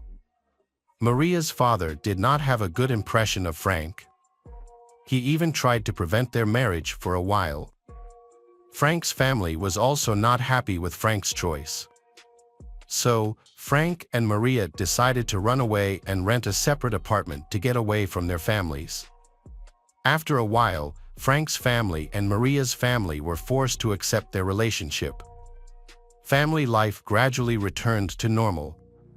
Maria and Frank got married and had 2 children, a boy and a girl. They then moved to a new house. During this time, Frank owned an auto parts business and sponsored race cars. He worked hard to provide his family with everything they needed. For Frank, his children were the top priority and driving force in his life. Maria initially tried to manage the housework and take care of the children. However, later, despite having a law degree, she became the coach of her daughter's soccer team. Her friends said that, unlike her husband, she was not really interested in the marriage. She seemed to be uninterested in work and family responsibilities. What worried her most was the financial issue. She liked to spend what Frank earned. Maria Spencer had a cold personality, especially towards the children. This caused many problems in her marriage. Her husband was frustrated with her selfishness and eccentricity and expected her to change when she became a mother. However, Maria remained her own person. In 2006, her husband decided to file for divorce because he could no longer stand her inappropriate behavior and constant scandals. He feared for the health of the children because of her unreasonable behavior. After the divorce, the relationship between the two became even more strained. A confrontation over custody was inevitable.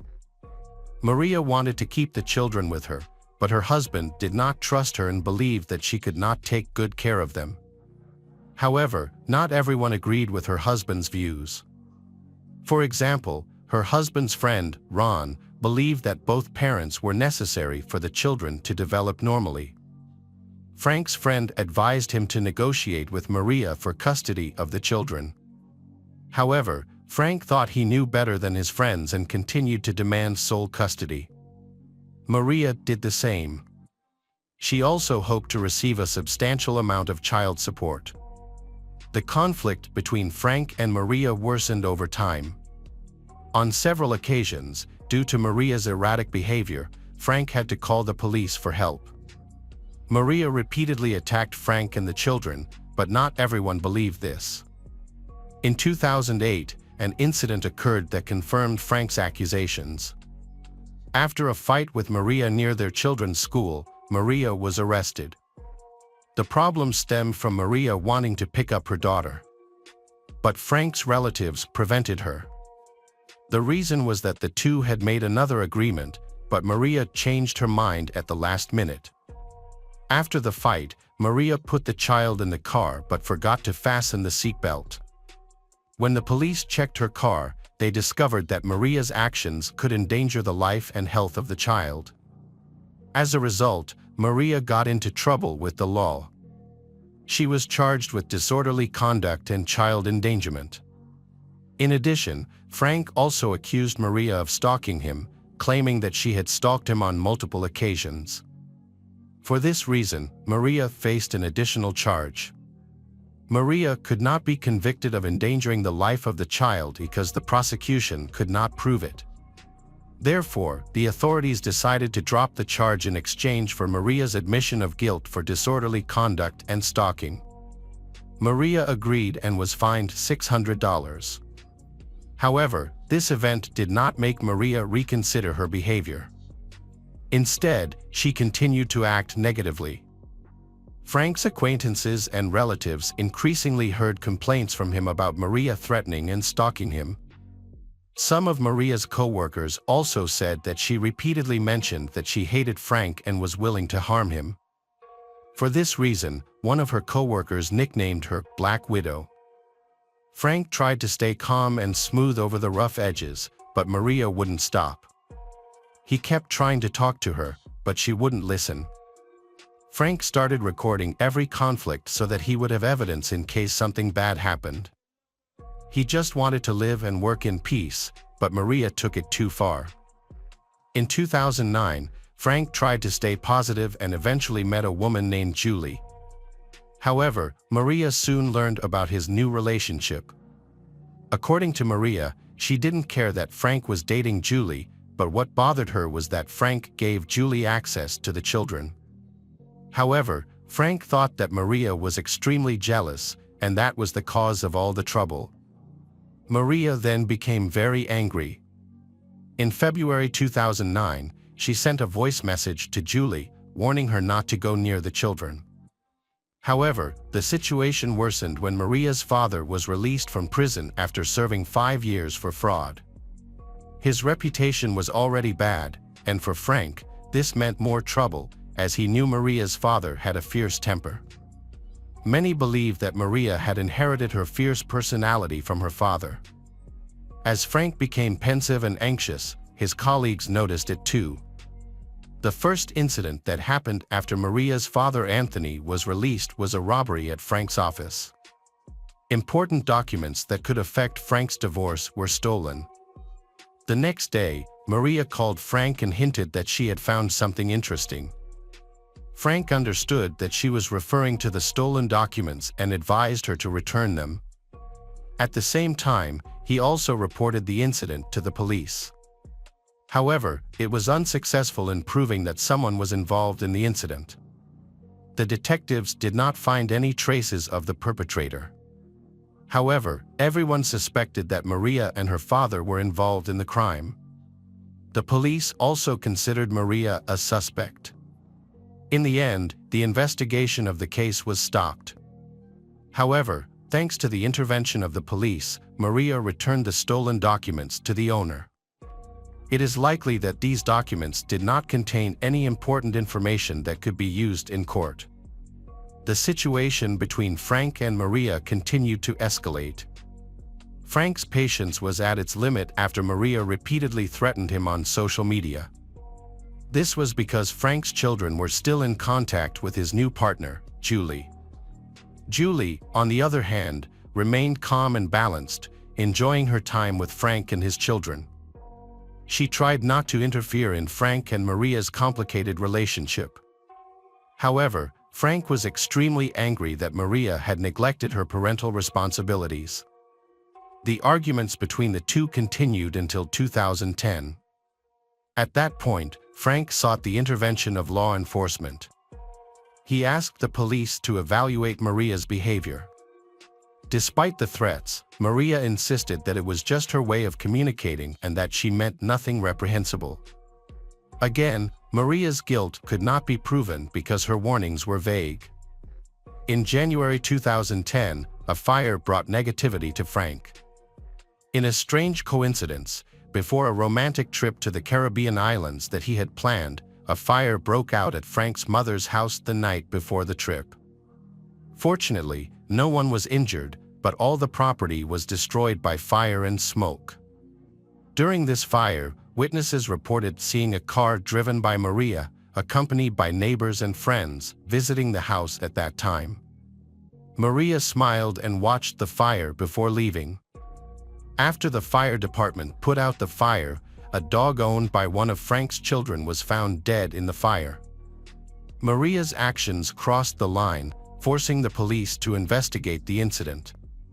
Unfortunately, there was no clear evidence of arson at the time, and the fire was ruled an accident. Maria then sent Frank a frantic text message, gloating about how karma had caught up with him and how her life had been ruined.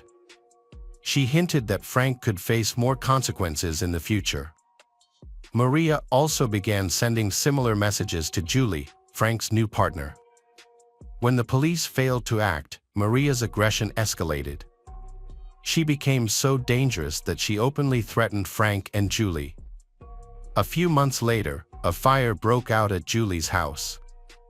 This time, the situation could have been much worse. Julie was home when the fire broke out, but she was lucky to escape by jumping off the porch. Although she was uninjured, her house was severely damaged and uninhabitable. As a result, Frank invited Julie to move in with him. Frank and Julie feared that this would only make Maria angrier, but they had no other choice. The police are investigating the exact cause of the fire. A similar situation in the past suggests that the fire may have been intentionally set by an individual. Frank and Julie live in a different district than the burned street, so they hope that the police will conduct a fair and impartial investigation. However, once again, there is not much they can do due to the lack of concrete evidence. However, the investigators did not give up.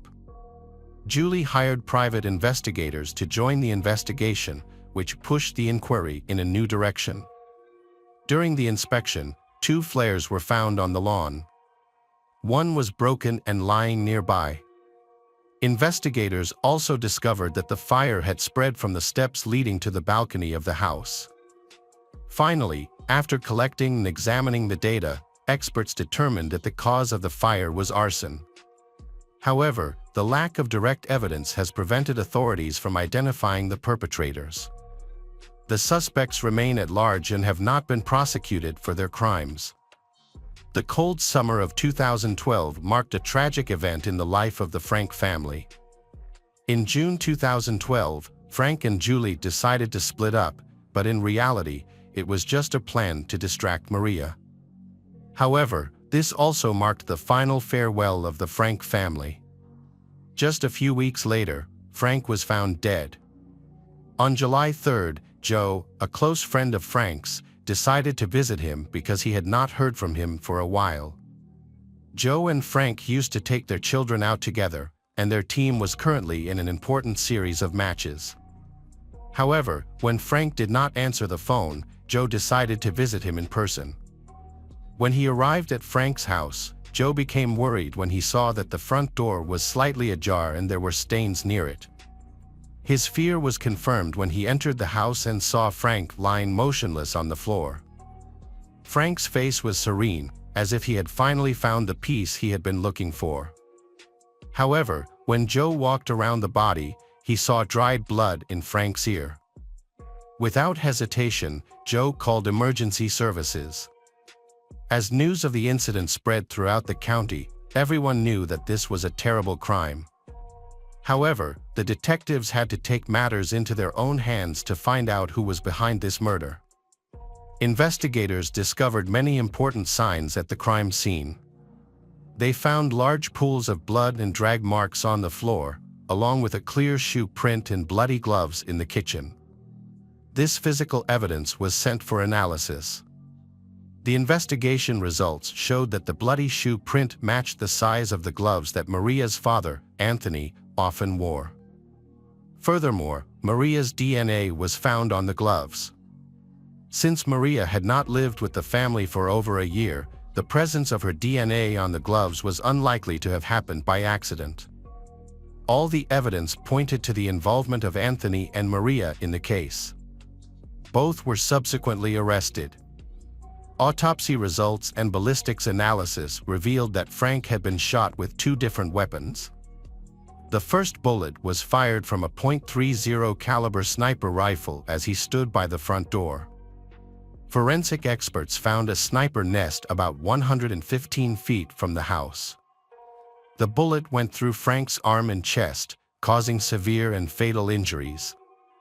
The attackers dragged Frank into the house, where they fired a final shot into his head with a .357 Magnum revolver. Frank was already dead at that point. This action was considered an act of revenge, suggesting that the shooter harbored a grudge against the victim. Police speculated that Anthony shot Frank with the rifle. There were also some important clues left behind. Frank's car and dog were missing from the house, implicating Anthony and Maria. A review of traffic cameras showed Frank's car driving away from the victim's house shortly after the crime. However, the driver could not be identified. The car was later found in Sunbury, Pennsylvania, 27 miles from Frank's house and 5 miles from Maria's residence. However, no fingerprints or other evidence were found inside the car. Frank's dog was found 2 days after the crime when it wandered into a wedding in Dauphin. Thanks to an electronic chip, attendees realized that the dog had an owner. The dog was later returned to Frank's mother. The fact that Frank had purchased the dog after the fire helped shed some light on the case. During the investigation, detectives discovered that the criminals had taken the dog as they were fleeing the scene. During the time Anthony was stopped, the dog was attracted to the smell of food nearby and escaped. It then wandered into a house where a wedding was being held, where it was found. This helped detectives prove that Anthony's phone was near the venue of the celebration on the day of the crime, even though he claimed to be at home in Harrisburg, 12 miles away. It is possible that Maria was the one who put the dog in the car, but this decision proved to be a mistake.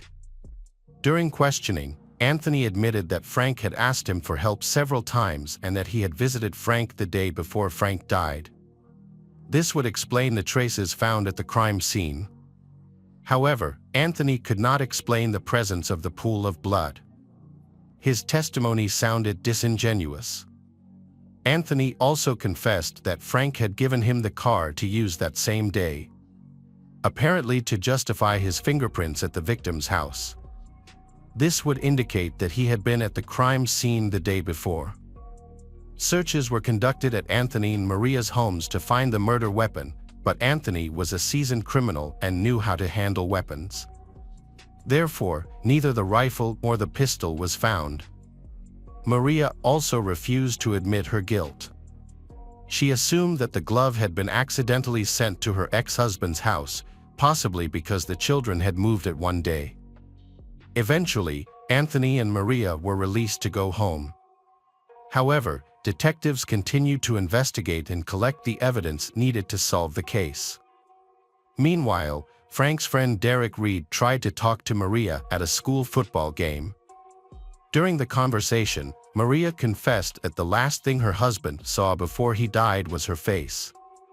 This statement was strange and curious. The investigation into Frank's death received intense attention from the state attorney general. The attorney general was furious with the indifference of the authorities to Frank's reports and statements. The police also faced numerous complaints of incompetence, and an internal investigation was inevitable. However, the police's negligence in their duties could not be proven. The reason was that much of the information provided by Frank, which the police believed lacked solid evidence, contributed to Frank's tragic death. The public and Frank's relatives were outraged that their petition had not yielded results. Meanwhile, investigators tried to prove the suspect's guilt not only in the crime but also in stalking and other crimes committed before. In 2013, a major interrogation was held. At the same time, Maria and Anthony continued to claim their innocence, denying all 12 charges against them. Their unwillingness to cooperate with the investigation led to charges of providing false testimony. Prosecutors argued that the suspects had arrived at Frank's home together, but they chose not to use their own vehicles to avoid attracting attention. Instead, they fled the scene in Frank's car. By the end of 2014, Maria was recaptured. Meanwhile, Anthony successfully escaped. After being interrogated one last time, Anthony boarded a plane and flew to Colombia. According to the investigation, Anthony's escape was evidence that he was hiding his guilt. For 11 months, Anthony was on the run but was eventually captured in Buenos Aires, Argentina. After being arrested by local police, he fought extradition to the United States but was unsuccessful and was deported back to his home country. In the fall of 2015, Maria's trial began. She continued to deny her guilt and blamed her father. She claimed that she loved Frank and never wanted him dead. However, multiple witnesses came forward to shed light on her true nature, recounting the threats, stalking, and sabotage she had committed. After more than a week of trial, the jury returned a verdict, finding her guilty on all counts, including murder, arson, burglary, perjury, conspiracy, and menacing. Maria was sentenced to life in prison without the possibility of parole, plus 50 years. Witnesses reported that she smiled throughout the trial. Years later, Anthony's trial began. Anthony was furious when he heard his daughter's accusations. He claimed he was only helping her but objected to the use of violence. However, the physical evidence suggested otherwise. Finally, in the fall of 2018, Anthony was convicted of murder, robbery, and arson. He was sentenced to life in prison without parole, plus 45 years. When he was sentenced, the 77-year-old blew a kiss to the prosecutor and the lead detective before cursing at the judge. Years later, Anthony sought to appeal, claiming his defense attorney was ineffective, which led to his conviction. His daughter, Maria, also tried to appeal her case. However, both Maria and Anthony efforts were unsuccessful. Hello friends, welcome to our channel. Today we're going to take a look at another horrible case with you. The case of Ariel Castro. Ariel Castro was born in 1960 on July 10th in the city of Yauco in Puerto Rico. Ariel was the third child in a poor family of 4 children, including parents Liliana Rodriguez and Pedro Castro, and sisters O'Neill, Pedro, and older sister Bonita. Ariel's family barely made ends meet and his parents were constantly arguing. Before Ariel went to school, his parents divorced. His mother Liliana took care of all the children. Now Liliana had almost nothing left to feed her children. In desperation, Liliana and her children decided to move to the United States and settled for a while in southeastern Pennsylvania in the city of Reading. However, they soon moved to the neighboring state of Ohio and eventually settled in the city of Cleveland. Soon after, Ariel's father Pedro Castro also moved to Cleveland with his new wife and their children. Pedro Castro lived near Liliana and her children. Liliana later married, and Ariel soon had 4 more siblings. Ariel attended Lincoln West High School in Cleveland, graduating in 1978. In addition, Ariel also studied music and attended church regularly with her mother and siblings in a traditional Catholic family. As a teenager, Ariel met a young girl named Grimilda Figueroa, who lived next door to Castro. The two became friends while attending school, and Ariel and Grimilda later began dating. After saving money, Ariel and Grimilda decided to move to a house on Seymour Avenue in southwest Cleveland. The 2-story, 1,300 square foot house was built in 1890 and has been remodeled several times. Inside, there are 4 bedrooms, a dining room, a bathroom, and a spacious basement. However, since moving into the new house, Ariel regularly beats Grimilda and humiliates her morally and physically. Grimilda is still naive at this time and thinks that the situation will improve after the wedding and the birth of the child. However, as time goes by, the situation only gets worse. Grimilda tries not to let anyone know about the terrible things that are happening in her life. Grimilda hides her injuries under her clothes and makes up excuses for the injuries that cannot be hidden. In 1993, Ariel beat his wife so brutally that Grimilda suffered broken ribs, nose, and both arms from falling down the stairs after being pushed by Ariel. However, Grimilda steadfastly refused to report the incident to the police. The incident was covered up. Ariel repeatedly beat Grimilda in the mid-1990s. On one occasion, Ariel caused Grimilda a serious head injury that resulted in a blood clot and a tumor that could not be surgically removed. Ariel was arrested but released just a day later. By the late 90s, Grimilda was tired of the constant beatings and living in fear. Grimilda finally decided to file for divorce, took away the appliances, and moved out of the house. Grimilda won custody of all 4 of their children, Arlene, Antonio, Angie, and Amelia. However, Grimilda's nightmare did not end there. Ariel began to pursue Grimilda for money and threatened her to return to him.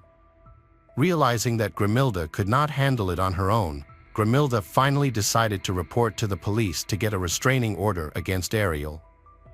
In late April 2012, Grimilda suffered complications related to an inoperable tumor caused by a head injury. Grimilda's children were old enough to care for themselves and live their own lives, so they did not need a guardian. However, the children still maintained contact with their father Ariel. Back in the early 2000s, Ariel lived alone in a two-story house on Seymour Avenue. Ariel worked as a school bus driver and had a passion for playing the guitar. Ariel often performed at city festivals in Latin bands. His neighbors often spoke highly of him, praising his hospitality and kind personality. However, there were many strange things in Ariel's actions that went unnoticed. That he was prosecuted several times for traffic violations while driving a school bus. He had speeding and dangerously making U-turns, for which he was fined and even suspended for a while until he was fired in early 2013 for an act that threatened the lives and health of his young passengers. Additionally, Ariel frequently changed bands because Ariel was kicked out for being late, disrupting rehearsals and concerts. Another strange thing is that after his divorce from Grimilda, he never invited anyone to his house, although Ariel often invited neighbors to barbecues in his backyard. It's hard to say how dangerous this smiling, kindly-faced Ariel was. Michelle Knight was Ariel Castro's first victim. In 2002, on August 23, Ariel decided to kidnap Michelle Knight, then 21 years old. Michelle Knight was born in 1981 and came to Cleveland. Michelle was a frequent runaway and had a history with the police. After becoming a single mother, Michelle faced the risk of losing custody of her 2-year-old child. On the day of the incident, Michelle visited a relative's house and then had to go to court, where the issue of regaining custody of her 2-year-old child had just been decided. While walking down the street, Michelle saw Ariel Castro driving up and offering her a ride. Since Michelle knew the nearby school bus driver, she didn't suspect Ariel and decided to get in his car. On the way, Ariel tells Michelle that he is taking care of puppies at home and invites Michelle to visit them and help Ariel find homes for the puppies. Michelle agrees, but as soon as she enters Ariel's house, he changes completely. Ariel becomes violent and begins hitting Michelle repeatedly. Ariel then chains her up and takes her to the basement. Over the next few days, Ariel starved Michelle and denied her water. Michelle endured constant beatings and abuse. She could not even get up and had to beg Ariel to let her go, promising not to tell anyone about it. When Michelle's mother reported her daughter missing to the police, for years the police did not prioritize the case and allocated limited resources to the investigation. Michelle's family searched for the girl themselves by contacting neighbors, friends, and concerned people. They also asked for help from Ariel, who helped post flyers around the city with Michelle's picture. However, no one knew that Michelle was being held in Ariel's basement. Ariel's second character was Amanda Berry. This girl was kidnapped in the spring of 2003. Amanda was a young girl who lived near Ariel and worked at a local restaurant. She was born on April 22, 1986 and was about to celebrate her 17th birthday. However, on April 21, 2003, Amanda mysteriously disappeared. After her shift, Amanda called home and told her sister that she would be home soon. As Amanda left the restaurant and headed to the bus stop, Ariel drove up to her and offered to give Amanda a ride home. Amanda accepted. Amanda knew Ariel's son because they had been in the same class for many years. So Amanda trusted Ariel and agreed to go with him. However, Ariel lied to her along the way, saying that Ariel needed help. When Amanda entered Ariel's house, Amanda was trapped. Ariel raped her in public, then took Amanda to the basement. There, she met Michelle, who had been kidnapped and held captive for months. Amanda was also attacked, abused, and starved for days until Amanda's body was too weak to resist. A massive search was launched after Amanda went missing. Her disappearance was widely reported in the media, and Amanda's parents appeared on popular television shows such as Oprah Winfrey and Montel Williams. They shared their story and urged anyone with information about Amanda's whereabouts to contact them immediately. On one show, famous psychic Sylvia Brown was invited on. After viewing a photo of Amanda, she said that the girl had died and her body was in the water. The words troubled Amanda's parents, but the mother, Louise Miller, continued to search for her daughter until she died in March 2006 of a heart attack. In 2012, a criminal named Robert Wolford suddenly confessed to Amanda's murder and offered to show them where her body was buried. Robert led police to a vacant lot in West Cleveland, claiming that he had buried Amanda there. However, a lengthy search failed to uncover any trace. Robert was later found to have lied for fame and television, leading to his being sentenced to an additional 5 years in prison for perjury and obstructing justice. In April 2004. This time, Ariel chose Gina De Jesus, a 14-year-old girl in his daughter's class. Ariel met Gina and another girlfriend after school. After chatting for a while, the two girls decided to go home separately. When they reached the corner of West 105th Street, Ariel met Gina and offered to take Gina home. Since Gina had known Ariel since childhood, having long been the father of her best friend, Gina got into Ariel's car without suspecting anything. Although it was daytime, there were no witnesses to the kidnapping because the streets were deserted at that time. In addition, Gina took the initiative to get into Ariel's car, so there was no easily detectable conflict. The story of Gina's disappearance was aired on Fox TV's America's Most Wanted and was re-aired twice in 2005 and 2006. Ariel also posed as a volunteer looking for missing girls. When she brought Gina home, Ariel treated Gina similarly to Michelle and Amanda. Abused, sexually assaulted, and locked in the basement. It is believed that the kidnapping was carried out by a middle-aged Hispanic man. Was seen by a passerby. There was even a sketch that looked very similar to Ariel. During the 10 years of their captivity, Ariel constantly abused her victims. They were often starved, attempting to break their spirits and destroy their self-esteem. Severe punishments were also carried out if the three girls did not comply. Michelle, the oldest captive, suffered the most. Ariel would not spare her and would often beat Michelle to intimidate the other girls, forcing them to obey without asking any questions. After years of captivity in the dark and damp basement, Ariel moved them to a room on the second floor, which overlooked the courtyard. During her captivity, Michelle became pregnant at least 5 times. However, each time she showed signs of pregnancy, Ariel brutally attempted to terminate the pregnancy, starving Michelle and kicking her in the stomach until Michelle miscarried. After one brutal torture, Michelle almost died from severe blood loss. Despite this, Ariel remained completely indifferent and refused to let her call a rescue vehicle. The girls were not allowed to bathe more than once a week. To use the toilet, they had only a bucket of water, which Ariel rarely emptied. Ariel only fed the girls once a day but constantly beat and abused them. One day, Ariel gives the girls a puppy, but a week later, Ariel brutally kills the dog in front of them as punishment for Michelle's disobedience. Gina, in 2006, Amanda realizes she is pregnant and is horrified by the image of Ariel beating her to induce a miscarriage. Ariel this time let Amanda get pregnant and give birth. In preparation for the birth, he bought a special inflatable float.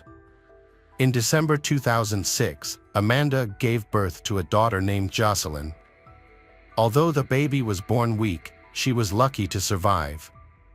As Jocelyn grew older, the girls began to care for her and create a close environment for her. This helped them temporarily forget the difficult situation they were in. Ariel also changed significantly after having his daughters. Ariel began giving the 3 girls he kidnapped small gifts and sometimes letting them out into the yard with Jocelyn, but always under close supervision.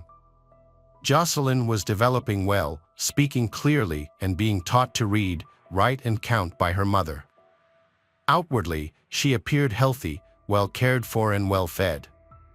Despite being imprisoned for years under Ariel's relentless control, the victims attempted to escape many times, but each time they were brutally punished, but the girls never gave up hope.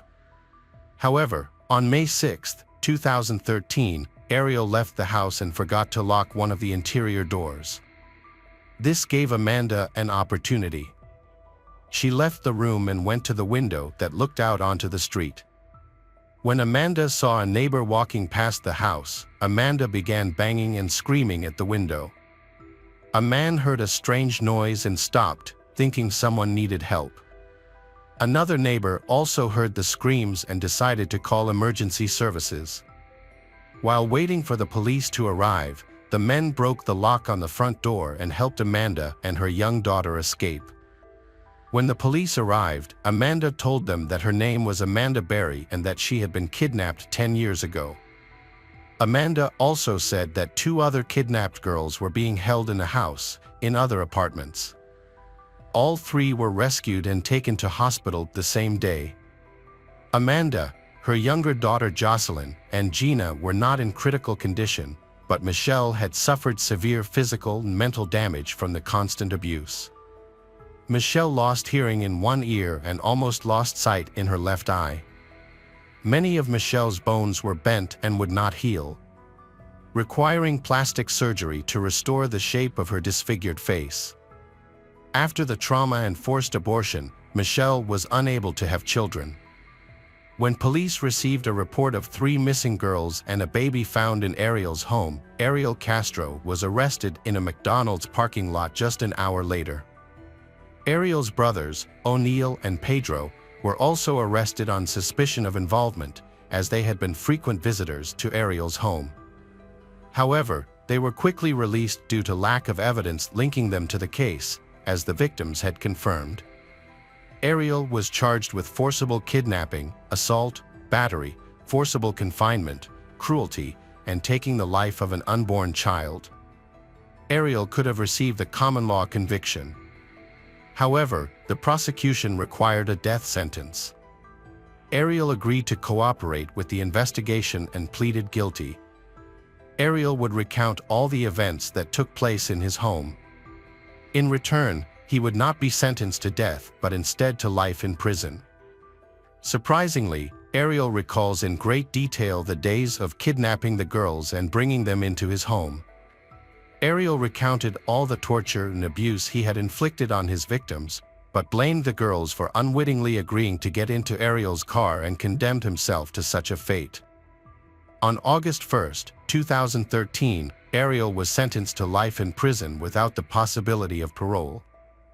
On July 9, 2013, Michelle Knight, Amanda Berry, and Gina De Jesus began a new life after being released from the Insanity's custody. After his conviction, Ariel was transferred to a rehabilitation center in Orient, Ohio, where he was closely monitored. However, on September 3, 2013, Ariel was found dead in his cell. At the time, Ariel was 53 years old. Ariel Castro's family members have apologized to the victims and their families. Michelle Knight wrote a book titled Life After Darkness: Finding Healing and Happiness After the Cleveland Kidnapping in 2018. Gina De Jesus also published a memoir titled Hope, a Memoir of Survival in Cleveland. There are also multiple documentary projects and 2 feature films about the terrifying kidnapping mission. Hello friends, welcome to our channel. Today we're going to take a look at another horrible case with you. The case of Velma Barfield. Velma Barfield was born in 1932 in Eastover, North Carolina, and grew up in the shadow of the Great Depression. In a poor family of 9 children, Velma's family worked hard on tobacco farms, but life was still difficult. Velma's father, Murphy Bullard, was an outspoken man. Murphy often flew into fits of rage, and Velma claimed that her father physically and mentally abused her and her sisters. Velma's mother, Lily Bullard, suffered from her husband's fiery temper. In their world, love and care were considered luxuries. As a result, Velma and her brothers had a difficult childhood, lacking affection and constantly facing the threat of violence. As a child, Velma noticed a glaring disparity in her finances between herself and her friends. This sparked her first acts of crime. At first, Velma took small amounts of money from her father to buy small items that her classmates liked. However, her stealing gradually became fatter when she stole $80 from an elderly neighbor. When the matter was discovered, her father punished Velma very severely. After that, she gave up stealing. Raised in a Catholic family, Velma found comfort and faith in the Bible. However, as she grew up, the psychological trauma from her past shaped her into a woman with special power. During World War II, the world around her changed rapidly. The war caused her family to face many difficulties. Velma was forced to take responsibility for her life and family early. Her dreams and desires were often hidden behind her primary goal of survival. As Velma grew older, her desire for a better life grew, and she longed to escape her difficult circumstances. At the age of 17, Velma decided to drop out of school. In her search for love and work, she met Thomas Burke, and the two later married, but this marriage brought new difficulties. By the age of 19, Velma had 2 children, a son named Ron and a daughter named Kim. For more than 15 years, the family lived in Parkton, North Carolina. In 1965, Thomas was in a serious car accident and suffered head injuries. To cope with the pain and headaches caused by the injury, Thomas became a heavy drinker and drug addict.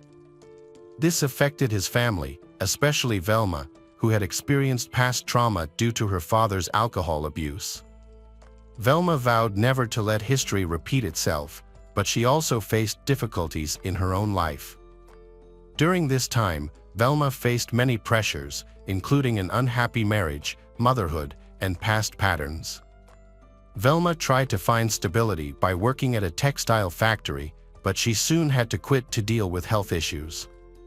She then had to undergo an emergency hysterectomy. After the surgery, Velma began to suffer from seizures and was prescribed medication. However, the use of seizure medication gradually became a habit, causing her to become mentally impaired. Velma's drinking increased, each step pushing her into a more desperate and out-of-control state. On April 4, 1969, while she and her children were away from home, the house caught fire.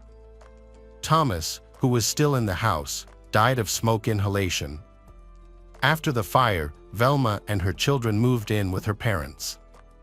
A few months after her Thomas's death, Velma began a relationship with a divorced man named Jennings Barfield. They married in August 1970. However, their relationship did not last. After an argument, Jennings died of a heart attack on March 21, 1971. Velma returned to her parents' home. Later, Velma's father died of cancer in the summer of 1974. Her mother also suffered from severe stomach pain and was hospitalized. Although she recovered and returned home in August 1974, Velma's mother was hospitalized again due to severe stomach pain. Because her illness was so severe, she died after 2 hours of treatment. Another man Velma was dating was in a car accident and died on December 30th of the same year.